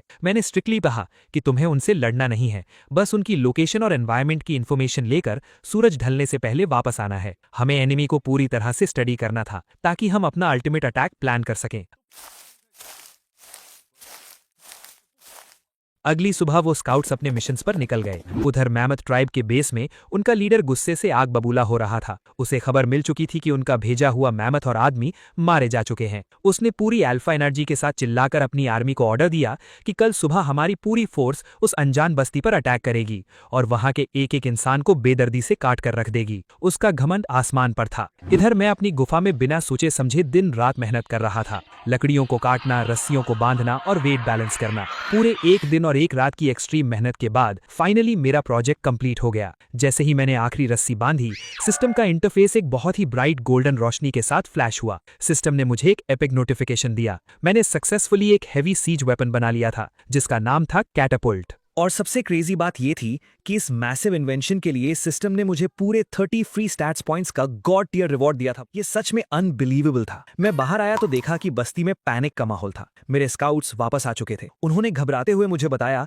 कि मैमथ ट्राइब की पूरी आर्मी हमारे ऊपर हमला करने के लिए निकल चुकी है और वो लोग गिनती में 100 से भी ज्यादा हैं और उनके पास दर्जनों मैमथ्स हैं। चीफ यू और बाकी सब लोग बहुत ज्यादा डरे हुए थे। उनके हिसाब से 100 लोगों और इतने सारे मैमथ्स के सामने हमारी बस्ती बिल्कुल भी सर्वाइव नहीं कर सकती थी। मैंने मुस्कुराते हुए अपने आदमियों को ऑर्डर दिया कि मेरे उस नए वेपन को बाहर मैदान में खींच कर लाओ। जब वो विशाल वुडन ट्रेबुशे बाहर आया तो सब उसे देखकर हैरान रह गए। किसी को समझ नहीं आ रहा था कि ये लकड़ी का ढांचा क्या है। मैंने चीफ यू से कहा कि ये ट्रेबुशे हमारे दुश्मनों के मैमथ्स को दूर से ही कुचलकर रख देगा, पर मेरी नजर उन 8 स्काउट्स पर गई। मैंने नोटिस किया कि सूरज छुपने वाला था, पर ईस्ट डायरेक्शन में गए हुए 2 स्काउट्स अभी तक वापस नहीं आए थे। कुछ ही देर में वो दोनों भी बुरी हालत में भागते हुए वापस आ गए। उन्होंने आते ही मुझे माफी मांगते हुए कहा कि बॉस, हमें माफ कर दीजिए, हम लेट हो गए। मैंने उनसे पूछा कि क्या उन्हें ईस्ट डायरेक्शन में मैमथ ट्राइब का बेस मिला। उन्होंने उदास होकर कहा कि नहीं बॉस, हमें कोई एनिमी बेस नहीं मिला। उन्होंने बताया कि ईस्ट डायरेक्शन में आगे जाकर एक बहुत बड़ा दलदल है और उसके ठीक आगे एक बहुत ही गहरी खाई है। उन्होंने बताया कि उनके घोड़े उस दलदल की कीचड़ में बुरी तरह से फंस गए थे और उन्हें बाहर निकालने में उन्हें इतना टाइम लग गया। ये सुनकर मेरे दिमाग में इलेक्ट्रिसिटी सी दौड़ गई। उनके लिए ये एक यूजलेस इन्फॉर्मेशन थी, पर मेरे मॉडर्न गेमर दिमाग के लिए ये दलदल और खाई की लोकेशन किसी मास्टर स्ट्रोक से कम नहीं थी। मैंने एक बहुत ही खतरनाक स्माइल के साथ सबसे कहा कि ये दलदल हमारे लिए एक जैकपॉट है। अगर हमारे घोड़े उसमें फंस सकते हैं तो सोचो उन भारी भरकम मैमथ्स का उस कीचड़ में क्या हाल होगा। मैंने अपनी पूरी आर्मी को ऑर्डर दिया कि रात भर आराम करो, कल सुबह हम मैमथ ट्राइब का इंतजार नहीं करेंगे, बल्कि हम खुद उन पर हमला करेंगे। अगली सुबह मैं अपने सेबर टूथ टाइगर पर और मेरी कैवलरी अपने वाइल्ड हॉर्सेस पर पूरी तरह से तैयार थी। चीफ यू मेरे साथ टाइगर पर बैठी थी। वो बहुत डरी हुई थी, पर मैंने उसे एश्योरेंस दिया कि जीत हमारी ही होगी। हम लोग उस ईस्ट डायरेक्शन वाले दलदल की तरफ बढ़े। मैंने अपने 2 सबसे फास्ट घुड़सवारों को बुलाया और उन्हें अपना प्लान समझाया। मैंने उनसे कहा कि तुम दोनों आगे जाओगे और मैमथ ट्राइब की आर्मी को ढूंढोगे। जैसे ही वो तुम्हें देखें, तुम्हें उनसे लड़ना नहीं है, बल्कि उन्हें चिढ़ाते हुए भागना है और उन्हें सीधा इस दलदल की तरफ अट्रैक्ट करके लाना है। वो दोनों तुरंत अपने मिशन पर निकल गए। कुछ ही देर में जंगल के उस पार से हमें मैमथ ट्राइब की आर्मी आती हुई दिखाई दी। उनका लीडर सबसे आगे एक बहुत बड़े मैमथ पर बैठा था। मेरे दोनों स्काउट्स उनके आगे आगे अपने घोड़ों पर भाग रहे थे। मैमथ ट्राइब का लीडर हमारे घोड़ों की स्पीड देखकर पूरी तरह से फ्रस्ट्रेट हो रहा था। उसने चिल्लाकर अपने आदमियों से कहा कि ये जानवर भले ही फास्ट हैं, पर इनके पास हमारे मैमथ जैसे पावर नहीं है, इसलिए इन्हें लगातार चेस करो। वो बेवकूफ अपने घमंड में अंधे होकर सीधा मेरे बिछाए हुए जाल की तरफ आ रहे। मेरे दोनों स्काउट्स तेजी से उस दलदल वाले एरिया को पार करके सेफ जगह पर आ गए, पर मैमथ ट्राइब की भारी भरकम आर्मी जैसे ही उस दलदल वाले इलाके में घुसी, उनके जाइंट मैमथ्स के पैर उस गहरी कीचड़ में धंसने लगे। कुछ ही सेकंड्स में वो सारे मैमथ्स बुरी तरह से उस दलदल में फंसकर इमोबिलाइज हो गए। वो जितना हिलने की कोशिश करते, वो उतना ही अंदर धंसते जाते। मैमथ ट्राइब का लीडर पूरी तरह से शॉक में था। उसे समझ नहीं आ रहा था कि अचानक से ये क्या हो गया। वो जोर जोर से चिल्ला रहा था कि ये कोई जादू है। तभी मैं अपने टाइगर पर बैठकर एक ऊंचे पहाड़ पर सामने आया। मैंने अपना हाथ उठाया और अपने आदमियों को ऑर्डर दिया कि ट्रेब्यूशे को फायर करो। मेरे आदमियों ने उस जायंट कैटेपुल्ट की रस्सी काट दी और एक बहुत ही विशाल और भारी पत्थर हवा में उड़ता हुआ सीधा मैमथ ट्राइब की आर्मी के बीच में जाकर गिरा। उस पत्थर के इम्पैक्ट से वहां एक बहुत बड़ा धमाका हुआ और कई दुश्मन वहीं कुचले गए। मैमथ ट्राइब का लीडर ये तबाही देखकर लिटरली सदमे में चला गया था। उसे अपनी आंखों पर विश्वास नहीं हो रहा था कि आसमान से पत्थर कैसे गिर रहे हैं। मैंने बिना टाइम वेस्ट किए अपनी कैवलरी को ऑर्डर दिया कि दुश्मनों को पीछे से घेर लो। हमारे वॉरियर्स ने अपने अपग्रेडेड बोथ से दलदल में फंसे हुए दुश्मनों पर तीरों की बारिश शुरू कर दी। एनिमी आर्मी पूरी तरह से हेल्पलेस थी। उनका लीडर गुस्से में पागल होकर मेरे सामने आया और उसने मुझे चैलेंज किया। उसने कहा कि अगर मुझ में हिम्मत है तो मैं उससे 1-on-1 फाइट करूं। वो सच में एक बहुत बड़ा और मस्कुलर मॉन्स्टर था। मैंने अपने टाइगर से छलांग लगाई और सीधा उसके सामने लैंड किया। मैंने सिस्टम ओपन किया और अपनी एजिलिटी और स्ट्रेंथ को पूरी तरह से मैक्स आउट कर दिया। मैंने अपनी उस स्पेशल बोन आर्मर को पहना हुआ था जो मैंने हॉर्न्ड ड्रैगन की प्लेट से बनाई थी। उसने अपनी पूरी ताकत से अपने भारी हथियार से मुझ पर हमला किया, पर मेरी स्पीड इतनी ज्यादा इंसेन थी कि मैं इजीली उसके वार से बच गया। मैंने अपनी पूरी एनहांस्ड स्ट्रेंथ के साथ उसके चेहरे पर एक ऐसा जोरदार मुक्का मारा कि वो हवा में उड़ता हुआ सीधा उस कीचड़ में जा गिरा। एक ही मुक्के में हारते देखकर मैमथ ट्राइब के बचे हुए आदमियों की हिम्मत पूरी तरह से टूट गई। उन्होंने अपने हथियार फेंक दिए और जमीन पर घुटनों के बल बैठकर अपनी जान की भीख मांगने लगे। हमारी विक्ट्री एब्सोल्यूट और कंप्लीट थी। हम लोग जीत का जश्न मना ही रहे थे कि तभी अचानक उस दलदल से एक बहुत ही अजीब सी और गंदी स्मेल आने लगी। वहां का पानी उबलने लगा और हवा में एक पर्पल रंग का धुआं सा फैलने लगा। मैमथ ट्राइब के जो कैदी उस दलदल के पास जमीन पर बैठे थे वो अचानक से खांसने लगे। उनके मुंह से खून निकलने लगा और वो तड़प कर जमीन पर गिरने लगे। चीफ यू ने घबराकर बताया कि ये जहरीली गैस है जो इस दलदल से निकल रही है। उसने कहा कि हमें तुरंत यहां से भागना चाहिए वरना हम सब भी मारे जाएंगे। पर मैं उन कैदियों को ऐसे मरने नहीं दे सकता था। मुझे अपनी आर्मी को एक्सपैंड करने के लिए इन स्ट्रांग आदमियों की बहुत जरूरत थी। मैंने बिना अपनी जान की परवाह किए अपना फोकस उन मरते हुए कैदियों पर किया। मैंने तुरंत अपने दिमाग में हीलिंग स्पेल एक्टिवेट किया। सिस्टम नोटिफिकेशन फ्लैश हुई कि मेरा हीलिंग स्पेल लेवल 1 अब लेवल 2 पर अपग्रेड हो चुका है। मेरे दोनों हाथों से एक बहुत ही इंटेंस और ब्राइट हरे रंग की मैजिकल एनर्जी निकली और एक वेव की तरह उन सभी तड़पते हुए कैदियों के शरीर के अंदर चली गई। मैजिक का असर इंस्टेंटली हुआ। उनका खांसना बंद हो गया, उनके घाव भर गए और वो जहर के असर से पूरी तरह से बाहर आ गए। वो कैदी इस जादुई पावर को देखकर लिटरली मेरे आगे सजदे में गिर पड़े। उन्होंने रोते हुए कहा कि मैं कोई इंसान नहीं बल्कि खुद भगवान हूं और आज से उनकी पूरी जिंदगी सिर्फ मेरी गुलामी में गुजरेगी। मैंने एक ही झटके में दुश्मनों को अपने सबसे लॉयल फॉलोअर्स में कन्वर्ट कर लिया था। पर चीफ यू अभी भी परेशान थी। उसने मेरे पास आकर कहा कि लू याओ, तुमने इन सबको बचा तो लिया है पर अब हमारी बस्ती की पॉपुलेशन एकदम से डबल हो गई है। उसने टेंशन में कहा कि हमारे पास इतना खाना नहीं है कि हम सैकड़ों लोगों का पेट रोज भर सके। शिकार भी अब धीरे धीरे कम हो रहा है। ये सच में एक बहुत बड़ा सर्वाइवल क्राइसिस था। मैंने उस गहरी क्लिफ की तरफ देखा जिसके बारे में मेरे स्काउट्स ने बताया था और मुझे हमारा नया फूड सोर्स दिख गया। पर उस चौड़ी और गहरी खाई को पार करना किसी भी प्रिमिटिव इंसान के लिए इम्पॉसिबल था। मैंने चीफ यू की तरफ देखकर एक कॉन्फिडेंट स्माइल दी और कहा कि मेरे पास इसका भी एक परफेक्ट सोल्यूशन है। मैंने तुरंत जमीन पर एक ब्लूप्रिंट ड्रॉ किया। मैंने अपने आदमियों को मजबूत जंगली बेली और लकड़ियां काटने का ऑर्डर दिया। मैंने अपनी पूरी वर्कफोर्स को इस मैसिव इंजीनियरिंग प्रोजेक्ट में लगा दिया। कई घंटों की मेहनत के बाद फाइनली वो शानदार लकड़ी और बेलों का पुल उस गहरी खाई के ऊपर तैयार हो गया। चीफ यू और बाकी सब लोग उस पुल को देखकर पूरी तरह से शॉक थे। उन्हें यकीन ही नहीं हो रहा था कि हम हवा में चलकर उस खाई को पार कर सकते हैं। सिस्टम स्क्रीन एक बार फिर गोल्डन रोशनी के साथ फ्लैश हुई। सिस्टम ने मुझे सक्सेसफुली वुडन ब्रिज कंस्ट्रक्ट करने पर पूरे 20 स्टैट्स पॉइंट्स का रिवॉर्ड दिया। हम सब ने सावधानी से वो ब्रिज पार किया और खाई के उस पार वाले नए इलाके में एंटर हुए। वहां का नजारा देखकर मेरी आंखें खुशी से चमक उठी। वहां एक बहुत बड़ा खुला मैदान था जो पूरी तरह से सुनहरे रंग के पौधों से भरा हुआ था। मैंने पास जाकर उन पौधों को ध्यान से देखा और सिस्टम से स्कैन किया। सिस्टम ने तुरंत फ्लैश होकर बताया कि ये धान की फसल थी। ये एक हाई यील्डिंग क्रॉप थी जो सिर्फ 30 दिन में पूरी तरह से बड़ी हो जाती थी। और सबसे माइंड ब्लोइंग बात यह थी कि इस फसल को डिस्कवर करते ही सिस्टम ने मुझे फार्मिंग स्किल लेवल 1 का रिवॉर्ड दे दिया। चीफ यू ने पूछा, ये क्या है? मैंने कहा कि ये खाना है। मैंने चीफ यू मूहोंग की तरफ देखकर बहुत ही एक्साइटमेंट के साथ कहा कि अब हमें खाने के लिए सिर्फ शिकार पर डिपेंड रहने की कोई जरूरत नहीं है। इस गोल्डन राइस की फार्मिंग करके हम अपनी बस्ती के हजारों लोगों का पेट आराम से भर सकते हैं। हम लोग उस फसल को देखकर खुश हो ही रहे थे कि मेरी नजर पास के एक पेड़ पर गई। उस पेड़ पर कुछ अजीब से नीले रंग के ग्लोइंग फल लगे हुए थे जिन पर इलेक्ट्रिसिटी जैसी व्हाइट लाइंस बनी हुई थी। मैंने उसे स्कैन किया तो सिस्टम ने बताया कि ये प्यूरिफिकेशन फ्रूट है। इसका जूस किसी भी तरह के खतरनाक जहर को इंस्टेंटली न्यूट्रलाइज कर सकता था। ये लिटरली एक मैजिकल आइटम थी। मैंने जल्दी से वो फल तोड़कर अपने पास रख लिए। तभी अचानक पास की झाड़ियों से किसी के जोर जोर से रोने और मदद मांगने की आवाजें आने लगीं। हम सब तुरंत उस तरफ भागे। वहां एक बहुत ही अजीब सा सीन था। एक बूढ़ा आदमी जमीन पर बैठा बुरी तरह से रो रहा था। उसके पास ही एक औरत और एक छोटा बच्चा बेहोश पड़े थे और उनके शरीर नीले पड़ चुके थे। उस बूढ़े आदमी ने हमें देखते ही हाथ जोड़कर गिड़गिड़ाना शुरू कर दिया। उसने कहा कि वो किसी अनजान कबीले से हैं और उसकी पत्नी और बेटे को एक बहुत ही खतरनाक जहरीले सांप ने काट लिया है। उसने रोते हुए कहा कि उनका जहर पूरे शरीर में फैल चुका है और अब वो दोनों बचने वाले नहीं हैं। मैंने पूरे अल्फा कॉन्फिडेंस के साथ आगे बढ़कर कहा कि किसने कहा कि तुम्हारी पत्नी और बेटा मरने वाले हैं। मेरी बात सुनकर वो बूढ़ा आदमी पूरी तरह से हैरान रह गया। उसने कांपती हुई आवाज में मुझसे पूछा कि क्या सच में उन्हें बचाया जा सकता है। मैंने कहा कि इस दुनिया में ऐसी कोई प्रॉब्लम नहीं है जिसका सोल्यूशन मेरे पास ना हो। मैंने मुहोंग को ऑर्डर दिया कि जल्दी से एक मिट्टी का बर्तन लेकर आओ।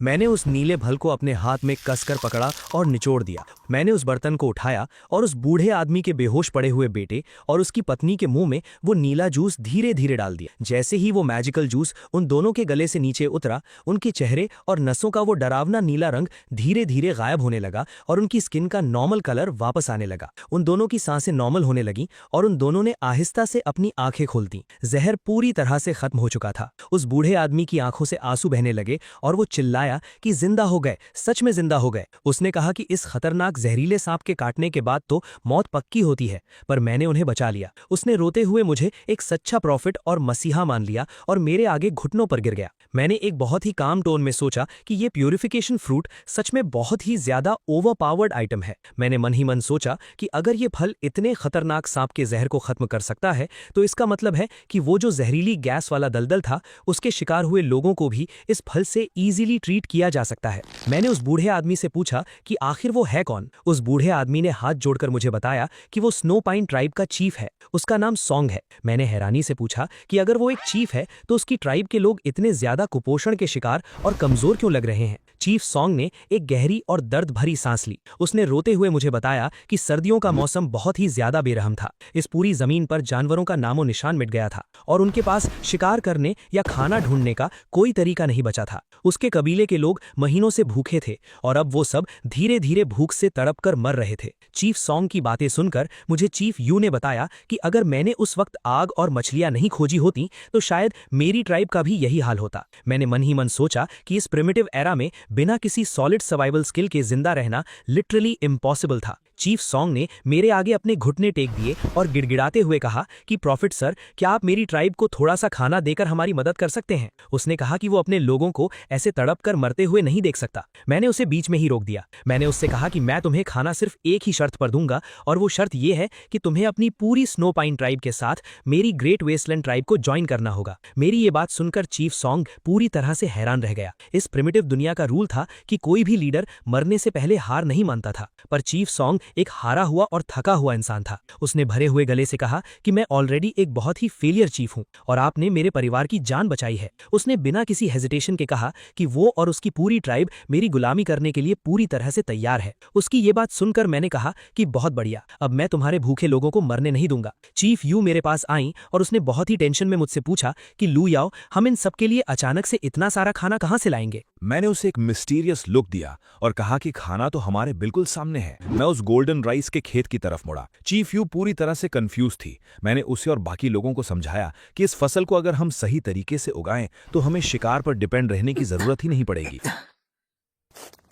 चीफ सॉन्ग ने निराश होकर कहा कि प्रॉफिट सर, जब तक ये फसल बड़ी होगी तब तक मेरे लोग भूख से मर चुके होंगे। मैंने अपने आदमियों को ऑर्डर दिया कि इस गोल्डन राइस के सारे बीज निकालकर जमीन में बो दो। उन्होंने वैसा ही किया। जैसे ही बीज मिट्टी में गए, मैंने अपना सिस्टम ओपन किया और अपना फार्मिंग स्किल लेवल 1 एक्टिवेट कर दिया। मेरे हाथों से एक बहुत ही ब्राइट गोल्डन रंग की मैजिकल एनर्जी निकली और सीधा उस मिट्टी के अंदर चली गई और अगले ही सेकंड जो हुआ उसे देखकर वहां खड़े हर एक इंसान की आंखें फटी की फटी रह गईं। वो बीज मैजिकली उसी वक्त अंकुरित हुए और देखते ही देखते हमारी आंखों के सामने एक पूरी की पूरी पकी हुई गोल्डन राइस की फसल खड़ी हो गई। वो सुनहरे रंग की फसल हवा में लहरा रही थी। चीफ सॉन्ग और उसके लोग तो खुशी और सदमे के मारे रोने लगे। उनके लिए ये लिटरली भगवान का किया हुआ कोई चमत्कार था। मैंने तब सोचा कि जब हम अपने मेन बेस पर वापस जाएंगे तो हम बहुत सारे खेती के टूल्स बनाएंगे और इस फार्मिंग तकनीक को पूरी डहवांग ट्राइब में फैला देंगे। चीफ सॉन्ग मेरे पास आकर रोने लगा और उसने मुझे एक सच्चा देवता मान लिया जिसके पास ऐसी मैजिकल पावर थी। उसने पूरे दिल से अनाउंस कर दिया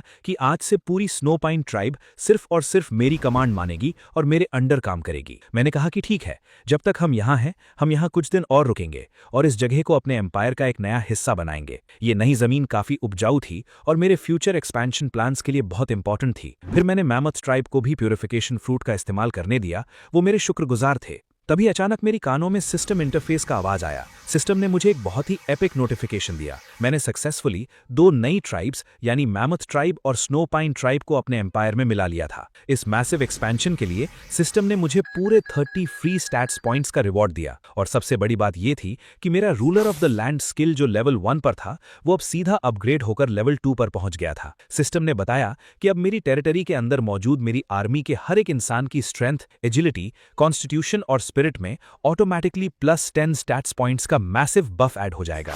ये कोई नॉर्मल बफ नहीं था। +10 स्टैट्स पॉइंट्स का मतलब था कि मेरा हर एक ऑर्डिनरी वॉरियर अब एक सुपर ह्यूमन बन चुका था। मेरी आर्मी अब प्रैक्टिकली इनविंसिबल हो चुकी थी। मैं खुशी से अंदर ही अंदर झूम रहा था।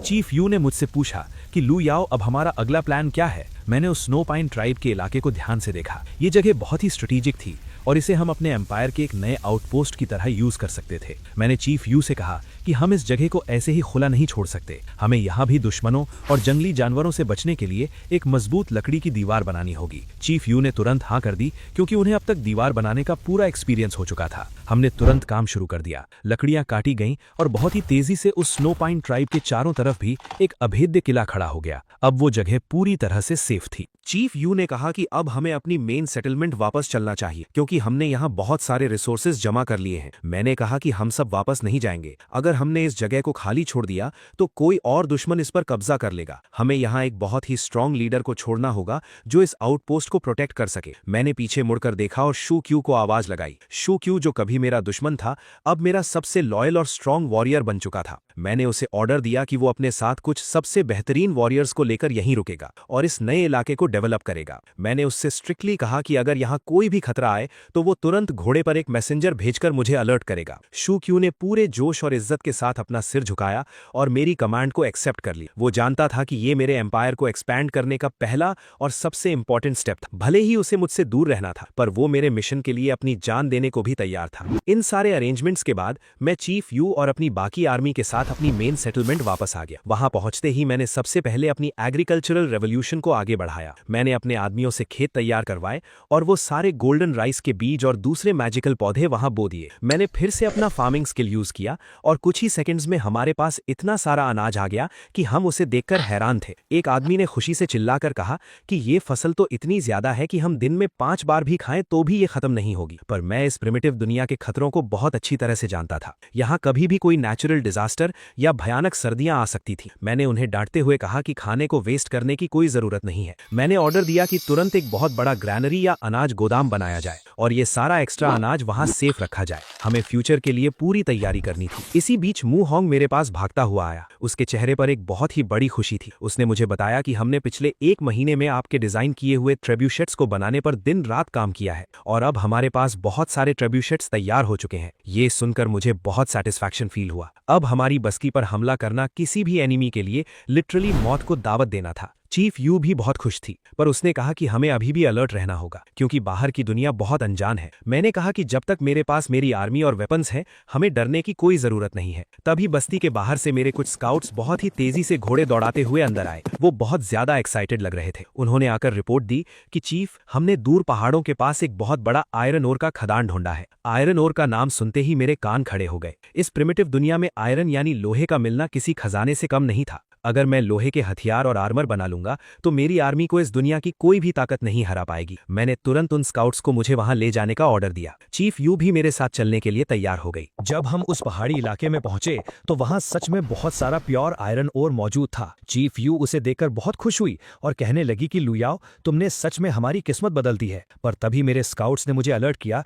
कि हम यहाँ अकेले नहीं हैं। उन्होंने बताया कि उस खदान के पास कुछ अनजान लोग भी मौजूद हैं और ऐसा लग रहा है कि वो भी इस लोहे पर कब्जा करना चाहते हैं। मैंने दूर से नोटिस किया कि वो लोग सच में किसी अनजान ट्राइब के मेंबर्स थे। चीफ यू ने टेंशन में आकर कहा कि लुयाओ, हमारे पास अभी सिर्फ 3 लोग हैं और वो लोग गिनती में बहुत ज्यादा हैं। हमें वापस जाकर अपनी आर्मी लानी चाहिए। आर्मी की कोई जरूरत नहीं है, मेरी इंडिविजुअल स्ट्रेंथ ही काफी है। पर तभी उन दुश्मनों के बीच से एक औरत बाहर आई। उसका पूरा गेटअप बहुत ही डरावना और मिस्टीरियस था। उसने जानवरों की खाल पहनी हुई थी और उसके चेहरे पर आंखों के ठीक नीचे नीले रंग की वर्टिकल लाइंस बनी हुई थीं। सबसे अजीब बात यह थी कि उसने अपने सिर पर एक बहुत ही बड़ा और सींगों वाला किसी जानवर का कंकाल या स्कल पहना हुआ था। वो दिखने में किसी चुड़ैल या विच जैसी लग रही थी। उसने हमें देखकर बहुत ही घमंड से कहा कि तुम लोग कौन हो जो मेरी शैन नवी ट्राइब के खजाने पर नजर डाल रहे हो। उसने कहा कि अगर तुम अपनी जान बचाना चाहते हो तो यहाँ से भाग जाओ, क्योंकि मैं अकेले ही तुम सबको खत्म करने के लिए काफी हूँ। मेरे स्काउट्स को उसकी ये बात सुनकर बहुत गुस्सा आया। उन्होंने कहा कि तुम जैसी औरत हमारा क्या बिगाड़ लेगी। पर उस शैन नवी नाम की औरत के चेहरे पर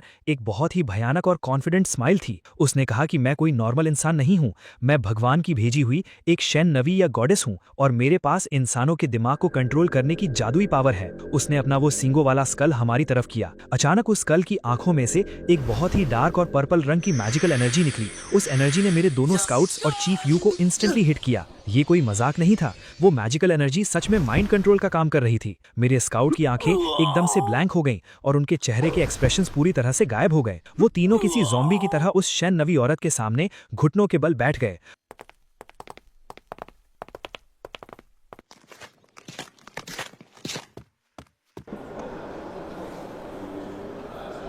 मैं बहुत ज्यादा गुस्से में था। चीफ यू और मेरे सबसे अच्छे स्काउट्स उस चुड़ैल के कंट्रोल में थे। वो शैन नवी औरत सच में एक बहुत बड़ा खतरा थी। मुझे समझ आ गया था कि वो कोई नॉर्मल फाइटर नहीं है, बल्कि वो साइकिक अटैक्स करती है। तभी बस्ती के गेट पर एक बहुत ही अजीब सी हलचल हुई। मैंने देखा कि श्यू ख्यू, जो स्नो पाइन आउटपोस्ट का था, वो अपने घोड़े पर बुरी तरह से घायल हालत में बस्ती के अंदर आ रहा था। उसका घोड़ा हाँफ रहा था और शूचू के चेहरे पर बहुत ज्यादा पैनिक था। वो सीधा मेरे पास आया और उसने कहा कि बहुत बड़ी मुसीबत आ गई है। चीफ यू को एक बहुत ही खतरनाक जहरीले सांप ने काट लिया है और वो मरने वाली है। आपको तुरंत मेरे साथ चलना होगा। उसकी ये बात सुनते ही बस्ती के बाकी लोग पैनिक करने लगे। मू होंग ने तुरंत मुझसे कहा कि हमें जल्दी चलना चाहिए, पर मेरा मॉडर्न गेमर दिमाग उस सिचुएशन को बहुत ही अलग तरीके से एनालाइज कर रहा था। मैंने शूचू की आंखों में देखा, उसकी बॉडी लैंग्वेज, उसके बात करने का तरीका, सब कुछ बहुत ही ज्यादा रोबोटिक और अननेचुरल लग रहा था। वो हमेशा मुझे पूरे रिस्पेक्ट के साथ रिपोर्ट करता था, पर इस वक्त उसकी आवाज में वो इमोशन नहीं था। मैंने तुरंत समझ लिया कि दाल में कुछ काला है। मैंने मू होंग को एक इशारा किया। मू होंग मेरे इशारे को समझ गया। मैंने अचानक से शूचू को पकड़ा और उसे जमीन पर पटक दिया। मैंने मू होंग से कहा कि जल्दी से वो नीला प्यूरिफिकेशन फ्रूट लेकर आओ। मू होंग भागकर वो फल ले आया। मैंने उस फल को निचोड़कर उसका जूस फोर्सफुली शूचू के मुंह में डाल दिया। जैसे ही वो मैजिकल जूस उसके शरीर में गया, शूचू की आंखें जो पहले ब्लैंक थी वो अचानक से नॉर्मल हो गईं। उसने एक लंबी सांस ली और खांसते हुए उठा। उसने हैरानी से मुझे देखा और पूछा कि वो यहाँ कैसे आ गया। मैंने उससे सख्ती से पूछा कि मुझे सच सच बताओ कि स्नो पाइन आउटपोस्ट पर क्या हुआ है। शूचू ने अपना सर पकड़ते हुए कहा कि मुझे कुछ याद नहीं है, बस इतना याद है कि एक बहुत ही अजीब सी औरत जिसके सर पर एक कंकाल था वो हमारे कैंप में आई थी और उसके बाद मेरे दिमाग में अंधेरा छा गया। ये सुनते ही मेरा शक यकीन में बदल गया। वो शन्नवी औरत ने चीफ यू को पकड़ने के बाद सीधा स्नो पाइन आउटपोस्ट पर हमला किया था और वहां मौजूद मेरे सारे आदमियों को अपने माइंड कंट्रोल से गुलाम बना लिया था। उसने शूचू को जानबूझकर मेरे पास भेजा था ताकि वो मुझे झूठ बोलकर किसी ट्रैप में फंसा सके। ये कोई नॉर्मल लड़ाई नहीं थी, ये एक साइकिक वॉर थी। मुझे पता था कि अगर मुझे उस औरत को हराना है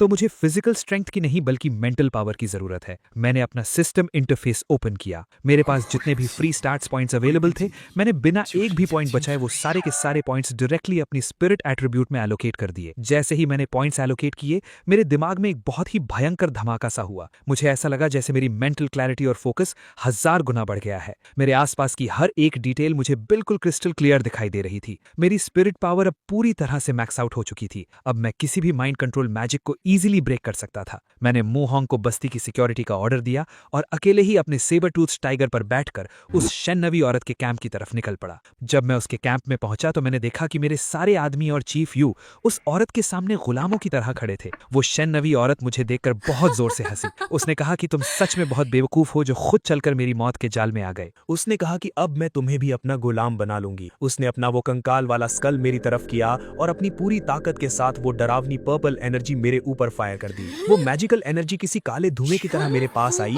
और मेरे दिमाग में घुसने की कोशिश करने लगी, पर मेरा स्पिरिट लेवल अब नॉर्मल नहीं था। जैसे ही वो एनर्जी मेरे दिमाग से टकराई, वो कांच की तरह टूटकर बिखर गई। मेरे मैक्स्ड आउट स्पिरिट स्टैट्स ने उसके माइंड कंट्रोल को पूरी तरह से नलिफाई कर दिया था। वो औरत ये देखकर पूरी तरह से सदमे में में चली गई। उसकी आंखें फटी की फटी रह गईं। उसे यकीन नहीं हो रहा था कि कोई इंसान उसके इस अल्टीमेट मैजिक को कैसे रेजिस्ट कर सकता है। उसने घबराकर अपने आदमियों को ऑर्डर दिया कि मुझे पकड़ें, पर इससे पहले कि कोई कुछ कर पाता, मैंने अपनी इनसेन एजिलिटी का यूज किया और सीधा उसके सामने पहुंच गया। मैंने एक ही झटके में उसे जमीन पर पटक दिया और अपनी बोन नाइफ उसकी गर्दन पर रख दी। मैंने बहुत ही खतरनाक आवाज में उससे कहा कि तुम्हारा ये घटिया जादू मेरे सामने काम नहीं करेगा। मैंने कहा कि अब अपनी इस बकवास को बंद करो और चीफ यू को आजाद करो। वो शेन-नवी औरत डर के मारे कांपने लगी। उसका सारा घमंड टूट चुका था। उसने अपनी जादुई पावर वापस ले ली और चीफ यू के साथ साथ मेरे सारे आदमियों का माइंड कंट्रोल टूट गया। चीफ यू होश में आई और मुझे वहां देखकर बहुत खुश हुई। मैंने उस शेन-नवी औरत को कसकर पकड़ा हुआ था। मैंने उससे पूछा कि आखिर वो ये सब क्यों कर रही है। उस औरत ने मेरी आंखों में देखा और अचानक वो फूट फूट कर रोने लगी। उसने कहा कि तुम मुझे मार दो,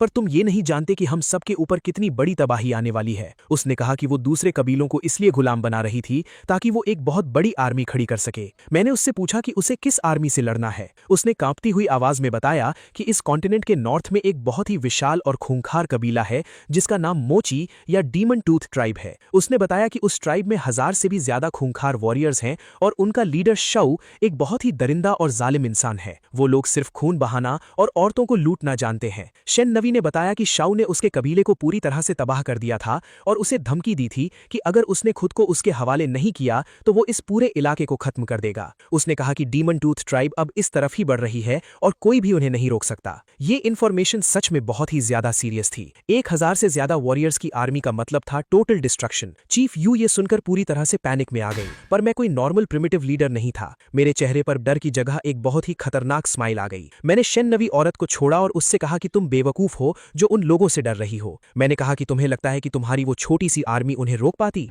मैंने उसे अपने साथ अपनी ग्रेट वेस्टलैंड ट्राइब के मेन बेस में लेकर आया। जब मैं उसे अपनी ग्रेट वेस्टलैंड ट्राइब के मेन बेस में लेकर आया तो वो वहां का डेवलपमेंट देखकर पूरी तरह से शॉक्ड रह गई। उसने हमारी ऊंची लकड़ी की दीवारें, हमारे गोल्डन राइस के खेत, हमारे घुड़सवार वॉरियर्स और सबसे बढ़कर हमारे वो मैसिव ट्रेबुशेस देखे। उसे अपनी आंखों पर यकीन नहीं हो रहा था कि कोई कबीला इतना एडवांस्ड कैसे हो सकता है। मैंने उससे कहा कि जो शव तुम्हें डरा रहा है मैं उसे इसी मैदान में कुचल कर रख दूंगा। मैंने उसे अपना मास्टर प्लान समझाया। मैंने शेन-नवी से कहा कि तुम वापस उस शव के पास जाओगी और नाटक करोगी कि तुम उसकी ताकत के आगे सरेंडर कर रही हो। तुम उसे बातों में उलझाकर हमारी इस टेरिटरी की तरफ लेकर आओगी। बाकी का काम मैं और मेरी आर्मी कर लेंगे। शेन-नवी मेरी बातों से इतनी ज्यादा इंप्रेस थी कि वो तुरंत मेरे प्लान के लिए तैयार हो गई। उसके जाने के बाद मैंने अपनी पूरी आर्मी को वॉर मोड में डाल दी। मैंने अपने घुड़सवारों को आर्चरी की स्पेशल ट्रेनिंग दी। मैंने उन्हें सिखाया कि कैसे घोड़े की रफ्तार के साथ साथ परफेक्ट निशाना लगाया जाता है। ये हॉर्स आर्चरी इस प्रिमिटिव एरा में एक इनविंसिबल मिलिट्री टैक्टिक थी। मैंने मू होंग को ऑर्डर दिया कि ट्रेब्यू सेट्स में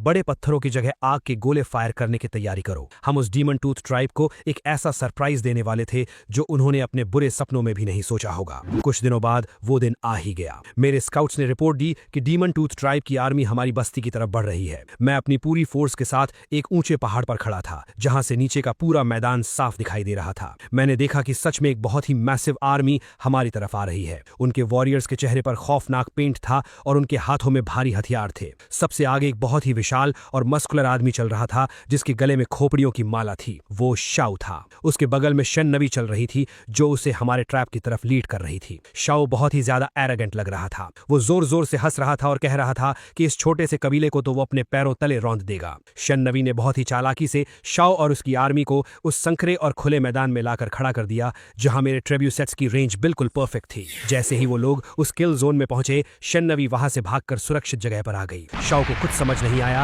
आसमान में एक बहुत ही खौफनाक नजारा था। मेरे दर्जनों ट्रेब्यूसेट्स ने एक साथ हवा में आग से भड़कते हुए भारी पत्थर फायर कर दिए। वो आग के गोले उल्का पिंडों की तरह सीधा डीमन टूथ ट्राइब की आर्मी के बीच में जाकर गिरे। वहां भयंकर धमाके हुए और आग लग गई। शाओ की आर्मी में टोटल केओस फैल गया। वो लोग समझ ही नहीं पा रहे थे कि आसमान से आग कैसे बरस रही है। तभी शेन-नवी भागते हुए मेरे पास आई। शाओ भी उसके पीछे भागते हुए आया, पर तभी मेरी कैवलरी ने मैदान में एंट्री ली। शाओ ने पूछा कि आखिर मैं कौन हूं, और मैंने जवाब दिया कि मैं ही वो हूं जिसने ये प्लान बनाया है। शाओ फिर भी घमंडी था, लेकिन उसके एक अंडरलिंग ने आकर कहा कि शाओ का एरिया कुछ लोग नष्ट कर रहे हैं। मेरे ruler of the land level 2 की बफ की वजह से मेरे वॉरियर्स की स्पीड और एक्यूरेसी अनमैच्ड थी। उन्होंने घोड़ों पर बैठे बैठे उन भागते हुए दुश्मनों पर तीरों की ऐसी बारिश की कि दुश्मन गाजर मूली की तरह कटकर जमीन पर गिरने लगे। उसने मेरी तरफ देखा और गुस्से में पूछा कि मैं आखिर कौन हूं। मैंने उसे स्मर्क करते हुए घूर कर देखा और जोर से बोला, मैं इस ट्राइब ट्राइब का बॉस हूँ और जिस औरत को तू अपने साथ लाया है वो मेरी औरत है। ये सुनते ही शू की मर्दानगी को सीधी चोट पहुंची। वो गुस्से से आग बबूला हो गया और उसने जोर से चिल्लाकर हम पर हमला करना शुरू किया। इन्हें इनकी औकात दिखाना होगा, सबको मार डालूंगा, वो चिल्लाया। मैंने एरो का इस्तेमाल किया लेकिन उसने उस एरो को नाकाम कर दिया। मुझे कुछ देर के लिए लगा कि कैसे ये मुझे ओवरपावर कर रहा है। उसने अपना एक मैसिव पत्थर उठाया और मेरे सिर पर पूरी ताकत से वार किया, पर मैं तो अपने सारे स्टैट्स, पॉइंट्स, स्पिरिट और स्ट्रेंथ पे मैक्स आउट कर चुका था। मैंने बिना अपनी जगह से हिले अपनी बॉडी को हल्का सा साइड किया और उसके भारी अटैक को सिर्फ अपने नंगे हाथ से हवा में ही रोक लिया। फिर पीछे से शेन नवी ने अपनी जादू दिखाई और आखिरकार शू ढेर हो गया और ऐसे ही हम वॉर जीत गए। शेन नवी मेरे पास आई और शर्माते हुए बोली कि क्या वो अब सच में मेरी औरत है। मैंने उससे कहा कि वो बस शू की टॉन्ट करने के लिए मैंने कहा था। ये सुनकर शेन नवी थोड़ी उदास हो गई। रात हो चुकी थी। पूरे बेस में इस अल्टीमेट एपिक विक्ट्री का सेलिब्रेशन चल रहा था। हमने मोची ट्राइब के उन हजारों बचे हुए लोगों को अपने ट्राइब में मिला लिया था और अब हमारी वर्कफोर्स पहले से भी 2 गुनी हो चुकी थी। लेकिन उसके बाद भी मू होंग शू क्यू के साथ काम पे निकल पड़ा। चीफ यू चलकर मेरे पास आई। उसने बहुत ही सॉफ्ट और इमोशनल आवाज में बोली कि लू याओ, मुझे अभी भी सब सपना लग रहा है। मैंने एक बहुत ही सुकून वाली स्माइल दी। मैंने उससे कॉन्फिडेंटली कहा कि चीफ यू, ये तो बस एक छोटी सी शुरुआत है। आगे आगे देखो, मैं इस पूरी दुनिया को कम्प्लीटली कॉन्कर कर लूंगा और मेरे राज में मेरी औकात और पावर्स बस इन्फिनिटली बढ़ती जाएंगी। उसने मुझे याद दिलाया कि कैसे कुछ महीने पहले वो लोग एक ठंडी और डार्क गुफा में भूख और ठंड से मरने वाले थे। उनके पास जीने की कोई उम्मीद नहीं थी और अब मेरी वजह से वो इस पूरी प्रिमिटिव दुनिया के सबसे ताकतवर और सबसे सेफ एम्पायर हैं। चीफ यू भी मेरे और पास आई और उसने मेरा हाथ पकड़ लिया। मैंने भी उसके कंधे को सहलाया। शेन नवी तभी मेरे पास आई। उसने बड़ी ही शांति से मुझे बताया कि उसने सभी नए लोगों और कैप्टिव्स के लिए हाउसेज अरेंज कर दिए हैं और अब मुझे और चीफ यू को आराम करना चाहिए। मैंने भी चीफ यू को कहा कि वो बहुत टाइम से कैप्टिव थे, इसलिए उसे रेस्ट लेना चाहिए। लेकिन चीफ यू बड़ी ही शर्माते हुए मुझसे पूछा कि लू याओ, क्या आज रात हम दोनों एक साथ एक ही टेंट में सो सकते हैं? उसकी आंखों में एक अजीब सी चमक थी और उसकी इस रिक्वेस्ट को सुनकर मैं थोड़ा सा चौंक गया। मैंने एक प्रिंस की तरह उसे कैरी किया और स्माइल की और कहा कि हाँ बिल्कुल, आज रात हम एक साथ आराम करेंगे। हम दोनों ने टेंट में आराम से रात बिताया। उसके बाद अचानक मेरे सामने हवा में सिस्टम का गोल्डन पैनल फ्लैश हुआ। उस पैनल पर लिखा था कि मैंने सक्सेसफुली ब्लड लाइन इनहेरिटेंस का माइलस्टोन कंप्लीट कर लिया है और इस मैसिव अचीवमेंट के लिए सिस्टम ने मुझे सीधे 30 फ्री स्टैट्स पॉइंट्स का इंसेन रिवॉर्ड दिया है। ये पॉइंट्स देखकर मेरी आंखें फटी की फटी रह गई। मैं मन ही मन सोचने लगा कि सिस्टम इतनी आसानी से इतने सारे पॉइंट्स कैसे दे सकता है। क्या इसका मतलब ये है कि इस प्रिमिटिव वर्ल्ड में मुझे अपना एम्पायर बढ़ाने के साथ साथ अपनी ब्लड लाइन को आगे बढ़ाने पर भी फोकस करना चाहिए? क्या मुझे सच में अपनी ब्रांचेस को एक्सपैंड करना चाहिए? मैंने अपने दिमाग में चल रहे इन सब अजीब ख्यालों को झटक दिया और डिसाइड किया कि अभी के लिए बस आराम करना ही बेस्ट होगा। अगली सुबह जब मैं बाहर आया तो शेन नवी अपना सामान बांधकर खड़ी थी। मैंने उसके पास जाकर उससे पूछा कि क्या वो अपने शेन नवी ट्राइब को मेरे दाहुंग ट्राइब के साथ कंप्लीटली मर्ज करने के बारे में सोच रही है। मैंने उससे ऑफर दिया कि अगर वो हमारे साथ जुड़ेगी तो उसके लोगों को कभी भुखमरी का सामना नहीं करना पड़ेगा। उसने मेरी आंखों में देखते हुए कहा कि अब जबकि मैंने उस हैवान शो को मारकर इस पूरे कॉन्टिनेंट को सेव कर दिया है तो वो अकेले ही अपने ट्राइब को लीड करेगी और अपने लोगों को इतना एडवांस बनाएगी कि वो दाहुंग ट्राइब को पीछे छोड़ देगी। लेकिन फिर भी उसने थोड़ी सी स्माइल की और मुझे थैंक यू कहा। उसने मुझे उस गोल्डन राइस की सीड्स और उस मैसिव आयरन माइन का कंट्रोल देने के लिए शुक्रिया अदा किया। उसके इस कॉन्फिडेंस को देखकर मुझे सच में बहुत अच्छा फील हुआ। फिर हम अपने ट्राइब पर लौट आए। चीफ यू मेरे पास आई और उसने मुझे बताया कि लू याओ, अब हमारे ट्राइब में लोगों की गिनती बहुत ज्यादा बढ़ चुकी है और हमारा ये पुराना बेस इन सबको संभालने के लिए काफी नहीं है। मैंने उसकी बात से अग्री करते हुए कहा कि तुम बिल्कुल ठीक कह रही। हमारी पॉपुलेशन अब लिटरली एक्सप्लोड हो चुकी है और अब टाइम आ गया है कि हम अपनी टेरिटरी को एक मैसिव लेवल पर एक्सपैंड करें। मैंने उसे समझाया कि अब हम सिर्फ घास फूस के टेंट्स और छोटी लकड़ी की वॉल्स पर डिपेंड नहीं कर सकते। मुझे इस प्रिमिटिव वर्ल्ड को कंप्लीटली चेंज करना था। मैंने तुरंत अपने सबसे स्ट्रॉन्ग वर्कर्स को इकट्ठा किया और एक नया प्रोजेक्ट शुरू कर दिया। मैंने लकड़ियों और जानवरों की खाल का यूज करके एक बड़ा सा एयर ब्लोअर यानी बेलोस तैयार किया। जब मू होंग और बाकी लोगों ने इस अजीब से वुडन बॉक्स को देखा तो वो कंप्लीटली कंफ्यूज थे। उन्हें समझ नहीं आ रहा था कि मैं क्या कर रहा हूँ। मैंने उन्हें समझाया कि ये बेलोस है। मैंने उन्हें बताया कि आग को एक एक्सट्रीम टेम्परेचर तक ले जाने के लिए सिर्फ लकड़ी जलाना काफी नहीं होता, बल्कि उसमें लगातार और फोर्स के साथ हवा पंप करनी पड़ती है। तभी हमारा फर्नेस उस लेवल तक पहुंचेगा जहां हम आयन को पिघला सकें। मैंने सबको ये काम सिखाने का डिसीजन लिया। मैंने अपने हाथों से उस बेलोस के हैंडल को पुश और पुल करना शुरू किया। जैसे जैसे हवा फर्नेस के अंदर जाती, आग की लपटें भयंकर रूप लेने लगी। कुछ ही देर में उस फर्नेस के नीचे से बिल्कुल प्योर और चमकता चमकता हुआ लिक्विड आयन बाहर निकलने लगा। ये देखकर वहां खड़े हर एक डाहुआंग वॉरियर की आंखें हैरानी से फटी रह गईं। उन्होंने जिंदगी में कभी इतना ग्लोइंग और लिक्विड मेटल नहीं देखा था। पर मेरा प्लान सिर्फ आयन तक लिमिटेड नहीं था। मैंने उन्हें मिट्टी के सांचे दिखाए और उन्हें बताया कि हम इस आग का यूज करके सिर्फ आयन ही नहीं बल्कि मिट्टी को पकाकर मजबूत ब्रिक्स भी बनाएंगे। मैंने उन्हें समझाया कि ये ब्रिक्स हमारी नई हाउसेज और एक इम्पेनेट्रेबल फोर्ट्रेस वॉल बनाने के काम आएंगे। चीफ यू और मू होंग पूरी तरह से अमेज्ड हो गए थे, इसलिए मैंने उन्हें मेरा प्लान समझाया। पर इतने बड़े एम्पायर को स्मूथली और बिना किसी प्रॉब्लम के चलाने के लिए मुझे एक बहुत ही प्रॉपर और स्ट्रिक्ट सिस्टम चाहिए था। मैंने अपनी पूरी पॉपुलेशन को एक बहुत ही बड़े मैदान में बुलाया। मैंने एक बहुत ही अल्फा और कमांडिंग वॉइस में सबके सामने अनाउंस किया कि आज से हमारी ट्राइब के काम करने का तरीका पूरी तरह से बदल जाएगा। मैंने हजारों लोगों को उनकी स्ट्रेंथ और स्किल्स के हिसाब से अलग अलग स्पेसिफिक टीम्स में डिवाइड कर दिया। मैंने एक टीम को सिर्फ गैदरिंग का काम दिया, जिनका मिशन था जंगलों के बहुत अंदर तक जाना और वहां से फल, लकड़ियां और काम की जड़ी बूटियां लाना। दूसरी टीम को मैंने हंटिंग और स्काउटिंग का काम दिया, जो हमारे लिए गोश्त लाएंगे और दुश्मनों पर नजर रखेंगे। तीसरी टीम को मैंने फार्मिंग में लगा दिया, ताकि हमारी गोल्डन राइस की फसल हमेशा हरी भरी रहे और कोई भूखा ना सोए। चौथी टीम को मैंने माइनिंग और आयन स्मेल्टिंग का भारी काम सौंपा और आखिरी टीम को मैंने कंस्ट्रक्शन का काम दिया, जो नए घर और रास्ते बनाएंगे। इस डिवीजन ऑफ लेबर की वजह से हमारी ट्राइब की एफिशिएंसी लिटरली 1000 गुना बढ़ गई थी। हर कोई अपना काम पूरी ईमानदारी से कर रहा था। पर मेरे दिमाग में एक और बहुत बड़ी प्रॉब्लम चल रही थी, जो फिजिकल नहीं बल्कि मेंटल थी। मैं अपनी झोपड़ी के बाहर आराम से बैठा हुआ था और मेरे हाथ में एक जली हुई काली पत्थर थी। मैं उस पत्थर से एक बहुत बड़े पत्थर पर कुछ अजीब से निशान बना रहा था। चीफ यू मेरे पास आई और उसने बहुत ही हैरानी से मेरी तरफ देखकर पूछा कि लू याओ, तुम ये क्या कर रहे हो और ये आड़ी टेढ़ी लकीरें क्या हैं?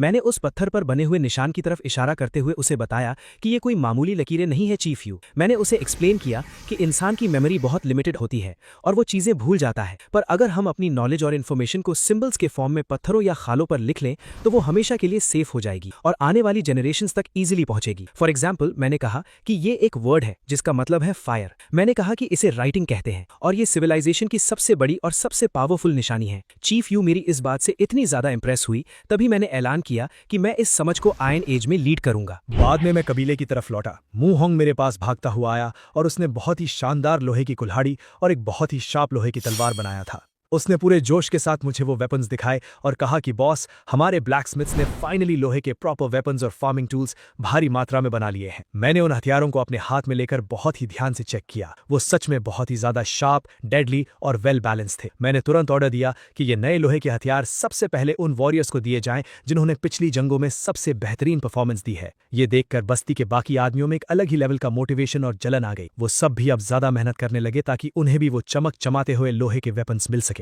पर मू होंग ने मुझे एक बहुत ही बुरी खबर भी दी। उसने परेशान होकर कहा कि बॉस, हमारी आयरन ओर की खदान ऑलमोस्ट पूरी तरह से खाली हो चुकी है और अब हमारे पास नए वेपन्स बनाने के लिए लोहा बिल्कुल भी नहीं बचा है। ये सुनकर मैं थोड़ा सीरियस हो गया। इतने बड़े एम्पायर के लिए सिर्फ एक खदान काफी नहीं थी, मुझे और रिसोर्सेज चाहिए थे और वो रिसोर्सेज इस जमीन पर नहीं थे। मैंने अपनी आंखों में एक बहुत ही वाइल्ड और एडवेंचरस चमक के साथ विशाल समुद्र की तरफ देखा, जो हमारी बस्ती से कुछ ही दूरी पर था। मैंने मू होंग से कहा कि लोहा यहां खत्म हुआ है, पूरी दुनिया में नहीं। मैंने उसे एक बहुत ही मैसिव वुडन शिप का ब्लूप्रिंट दिखाया जो मैंने खुद डिजाइन किया था। वो ब्लूप्रिंट देखकर चीफ यू का मुंह खुला का खुला रह गया। उसने अपनी पूरी जिंदगी में कभी सपने में भी इतनी बड़ी नाव नहीं देखी थी। मैंने उसे बहुत ही टेक्निकल तरीके से एक्सप्लेन किया कि हम एक ऐसा जायंट शिप बनाएंगे जो समंदर की भयंकर लहरों और तूफानों को आसानी से चीरते हुए आगे बढ़ सके। मैंने कहा कि हम समंदर के पार जाएंगे और दूसरे अनजान आइलैंड्स पर रहने वाले कबीलों से ट्रेड करेंगे। चीफ यू समंदर का नाम सुनते ही डरते हुए कहा कि लू याओ, समंदर बहुत ही ज्यादा खतरनाक है और वहां जाना सीधे मौत के मुंह में जाने जैसा है। पर मेरा कॉन्फिडेंस एकदम आसमान पर था।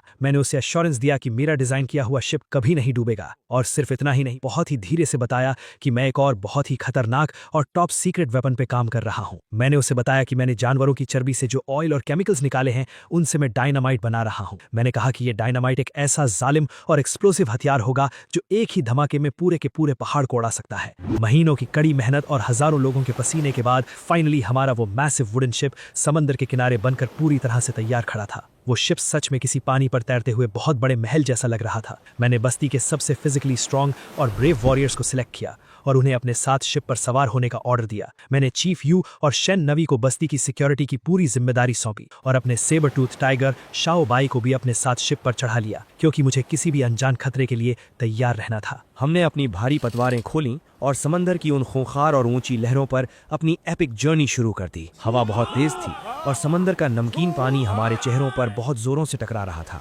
मेरे वॉरियर्स शुरुआत में पानी को देखकर थोड़े डरे हुए थे, पर धीरे धीरे उन्हें इस सफर में मजा आने लगा। कई दिनों की लगातार सेलिंग के बाद फाइनली हमारे शिप के टॉप पर बैठे हुए स्काउट्स ने जोर से चिल्लाकर अलर्ट किया कि उन्हें सामने एक आइलैंड दिखाई दे रहा है। मैंने तुरंत शिप को उस आइलैंड के किनारे लगाने का ऑर्डर दी। जैसे ही हम उस आइलैंड पर उतरे, वहां के लोकल प्रिमिटिव लोग अपने पत्थर के भालों और तीरों के साथ हमारे सामने आ गए। वो लोग बहुत ही ज्यादा अग्रेसिव और डरे हुए लग रहे थे। उनका लीडर आगे आया और उसने गुस्से में चिल्लाकर अपनी अजीब सी भाषा में पूछा कि हम लोग कौन हैं और उनके आइलैंड पर क्या करने आए हैं। उसने धमकी दी कि अगर हम एक कदम भी आगे बढ़े तो वो हमें वहीं मार देंगे। मेरे वॉरियर्स भी लड़ने के लिए तुरंत तैयार हो गए, पर मैंने उन्हें रुकने का इशारा किया। मुझे यहाँ खून नहीं बहाना था, मुझे ट्रेड करना था और अपना दिमाग यूज करना था। मैंने अपने आदमियों से वो खूबसूरत मिट्टी के बने हुए क्ले पॉट्स मंगवाए जो हमने बनाए थे। मैंने उस लीडर को वो बर्तन दिखाए और पूरे कॉन्फिडेंस के साथ कहा कि हम दुश्मन नहीं हैं। मैंने उसे समझाया कि ये जादुई बर्तन हैं जिनमें वो पानी उबाल सकते हैं और अपना गोश्त आराम से पका सकते हैं। मैंने डिटेल में एक्सप्लेन किया कि कच्चा खाना और गंदा पानी पीने से भयंकर बीमारियां होती हैं,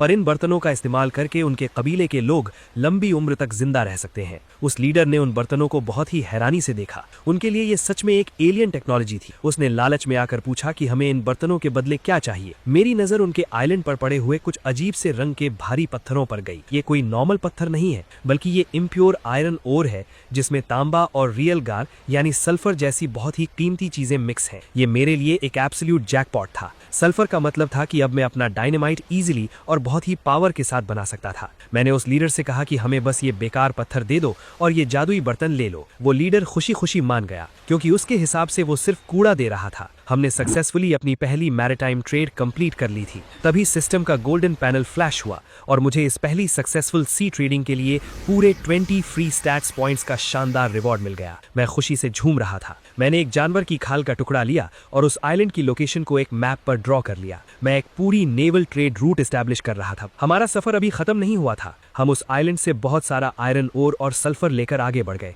कई और छोटे छोटे आइलैंड्स पर हमने ट्रेड किया और अपना मैप तैयार किया। फाइनली कई दिनों की लगातार सेलिंग के बाद हम एक बहुत ही बड़े और खौफनाक दिखने वाले आइलैंड पर पहुंचे। ये आइलैंड बाकी सबसे बहुत अलग और मनहूस लग रहा था। यहाँ के पेड़ों पर अजीब से निशान थे और हवा में एक बहुत ही गंदी सी सड़ंद थी। जैसे ही हम समंदर के किनारे उतरे, मेरे वॉरियर्स के पैरों के नीचे कुछ अजीब सी चीजें टकराईं। हमने नीचे देखा तो वो इंसानों की खोपड़ियां और हड्डियां थी। पूरा किनारा इंसानी कंकालों से भरा हुआ था। ये भयानक नजारा देखकर मेरे वॉरियर्स के पसीने छूट गए। मुहोंग ने घबराते हुए कहा कि बॉस, ये जगह बहुत ही डरावनी है। मुझे लगता है कि ये किसी कैनिबल ट्राइब यानी नरभक्षी कबीले का आइलैंड है। वो लोग इंसानों को मार कर खाते हैं। मैंने उसे शांत रहने को कहा। मुझे डर नहीं लग रहा था, बल्कि मेरे अंदर एक अलग ही एक्साइटमेंट थी। मैं अपनी पूरी फोर्स और अपने sabre tooth tiger Xiao Bai के साथ उस आइलैंड के अंदर वाले घने जंगल में घुस। कुछ ही दूर जाने पर हमने देखा कि वहां एक बहुत बड़ी आग जल रही और कुछ खूंखार दिखने वाले प्रिमिटिव लोग एक बूढ़े आदमी को रस्सियों से बांधकर उस आग के पास ला रहे थे। वो लोग जोर जोर से चिल्ला रहे थे कि इस दुश्मन को भून कर खाएंगे। वो बूढ़ा आदमी डर के मारे चीख रहा था और अपनी जान की भीख मांग रहा था। मैं बिना डरे सीधा उन कैनिबल्स के सामने पहुंच गया। मुझे देखकर वो सब पूरी तरह से चौंक गए। उनका लीडर आगे आया और उसने अपनी खून से सनी हुई कुल्हाड़ी मेरी तरफ करके कहा कि तुम लोग कौन हो जो हमारा शिकार छीनने आए हो। उसने कहा कि तुम लोग भी सिर्फ हमारे लिए गोश्त हो और आज रात हम तुम्हारी भी दावत उड़ाएंगे। मैंने एक बहुत ही अल्फा और कोल्ड स्माइल के साथ उसे देखा। मैंने कहा कि हम यहाँ तुमसे लड़ने नहीं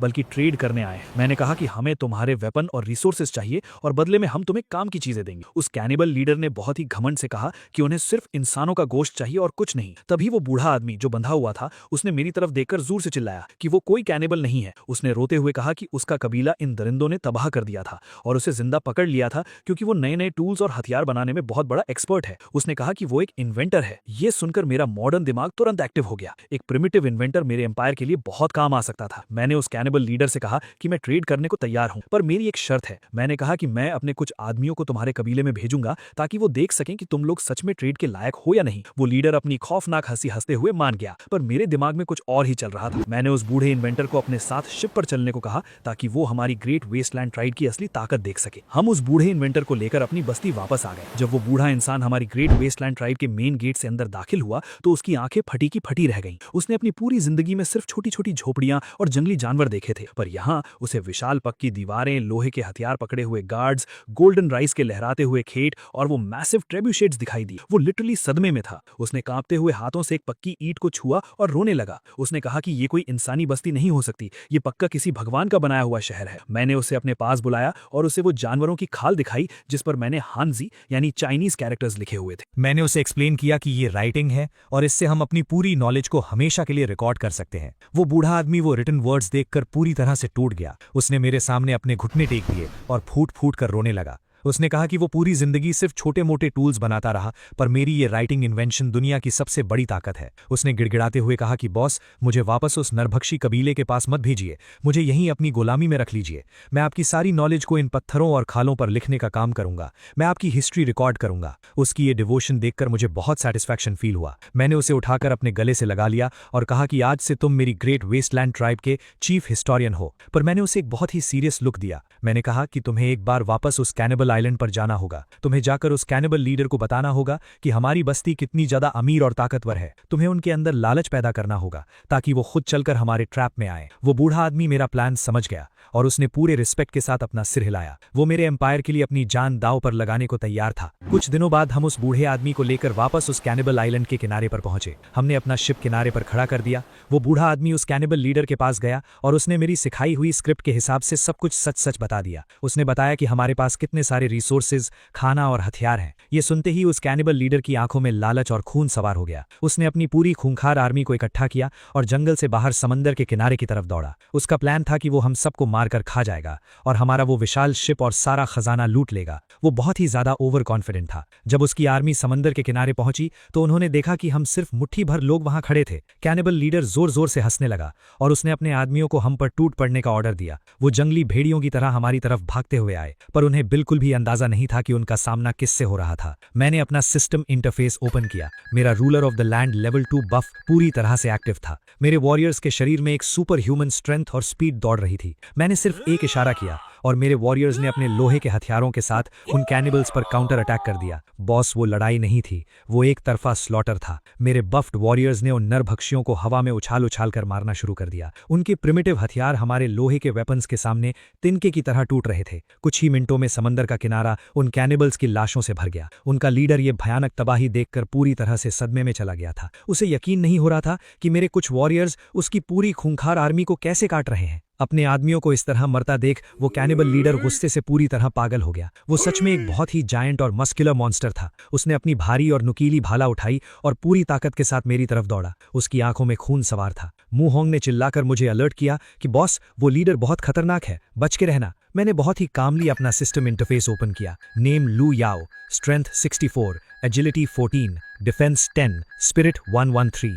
मेरे पास जितने भी स्टैट्स पॉइंट्स थे मैंने वो सारे के सारे डायरेक्टली अपनी डिफेंस एट्रीब्यूट में एलोकेट कर दी। मेरी मसल्स और मेरी स्किन अचानक से किसी अनब्रेकेबल स्टील की तरह सख्त हो गई। वो कैनिबल लीडर अपनी पूरी ताकत के साथ वो नुकीली भाला सीधा मेरी छाती पर दे मारी, पर जैसे ही वो भाला मेरी स्किन से टकराया वो भाला वहीं से टूटकर 2 टुकड़े हो गया। वो लीडर धक्के से पीछे गिरा। उसे अपनी आंखों पर विश्वास नहीं हो रहा था कि कोई इंसान बिना आर्मर के इतने भयानक वार को कैसे रोक सकता है। वो डर के मारे कांपने लगा। मैंने एक बहुत ही खौफनाक और शैतानी स्माइल के साथ उसकी तरफ देखा। मैंने कहा कि अब मैं तुम्हें दिखाता हूं कि असली तबाही क्या होती है। मैंने अपनी कमर से वो डायनामाइट का बंडल निकाला जो मैंने सल्फर और एनिमल फैट से बनाया था। मैंने अपनी उंगलियों से फायर स्पेल एक्टिवेट किया और उस डायनामाइट की रस्सी को आग लगा दी। वो रस्सी फुसफुसाते हुए जलने लगी। मैंने वो डायनामाइट का बंडल पूरी ताकत से उन बचे हुए कैनिबल्स के बीच में फेंक दिया। अगले ही सेकंड एक ऐसा भयंकर और कान फाड़ देने वाला धमाका हुआ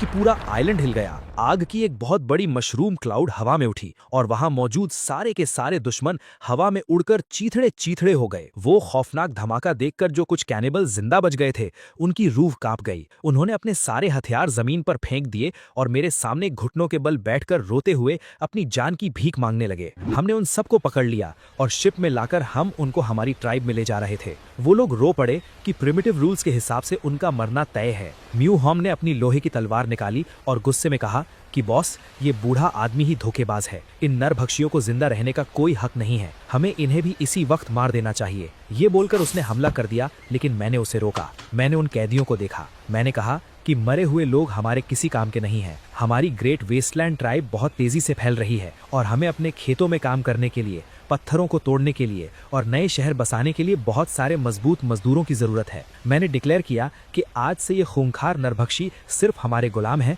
और इनकी पूरी जिंदगी हमारे एम्पायर को बनाने में खर्च होगी। हम सब जब ट्राइब लौटे तब सब ने काम स्टार्ट कर दिया। चीफ यू प्यार से मेरे कंधों में आ पड़ी और कहा, तुम सच में लाजवाब हो, इतने सारे लोगों को काम में ले लिया। वो बहुत खुश थी। बाद में मैंने उस बूढ़े को कहा कि अब तुम्हारा काम शुरू होता है। तुम्हें मेरी इस जीत को, मेरे इस एम्पायर के बनने की पूरी कहानी को उन पत्थरों और खालों पर अपने लिखे हुए शब्दों में हमेशा के लिए दर्ज करना है। वो बूढ़ा इंसान रोते हुए मेरे सामने झुक गया और उसने कहा कि बॉस, मैं आपकी इस महान हिस्ट्री को अपनी आखिरी सांस तक रिकॉर्ड करूंगा। मैं चीफ यू के साथ था और आसमान की तरफ देखने लगा। मैंने एक ठंडी गुफा से शुरुआत की थी और आज मैं इस पूरी प्रिमिटिव वर्ल्ड का सबसे बड़ा एम्परर बन चुका था। मेरा सिस्टम मुझे अभी और भी बहुत सारी पावर्स देने वाला है और आज लू याओ इस प्रिमिटिव वर्ल्ड का एब्सोल्यूट गॉड बन चुका था और ये तो बस शुरुआत थी।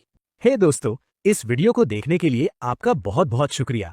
प्लीज इस वीडियो को लाइक और शेयर जरूर करें। तो प्लीज इस वीडियो को अपना पूरा सपोर्ट दें और ऐसी ही नई नई स्टोरीज के लिए चैनल को अभी सब्सक्राइब कर लें। मिलते हैं अगले वीडियो में।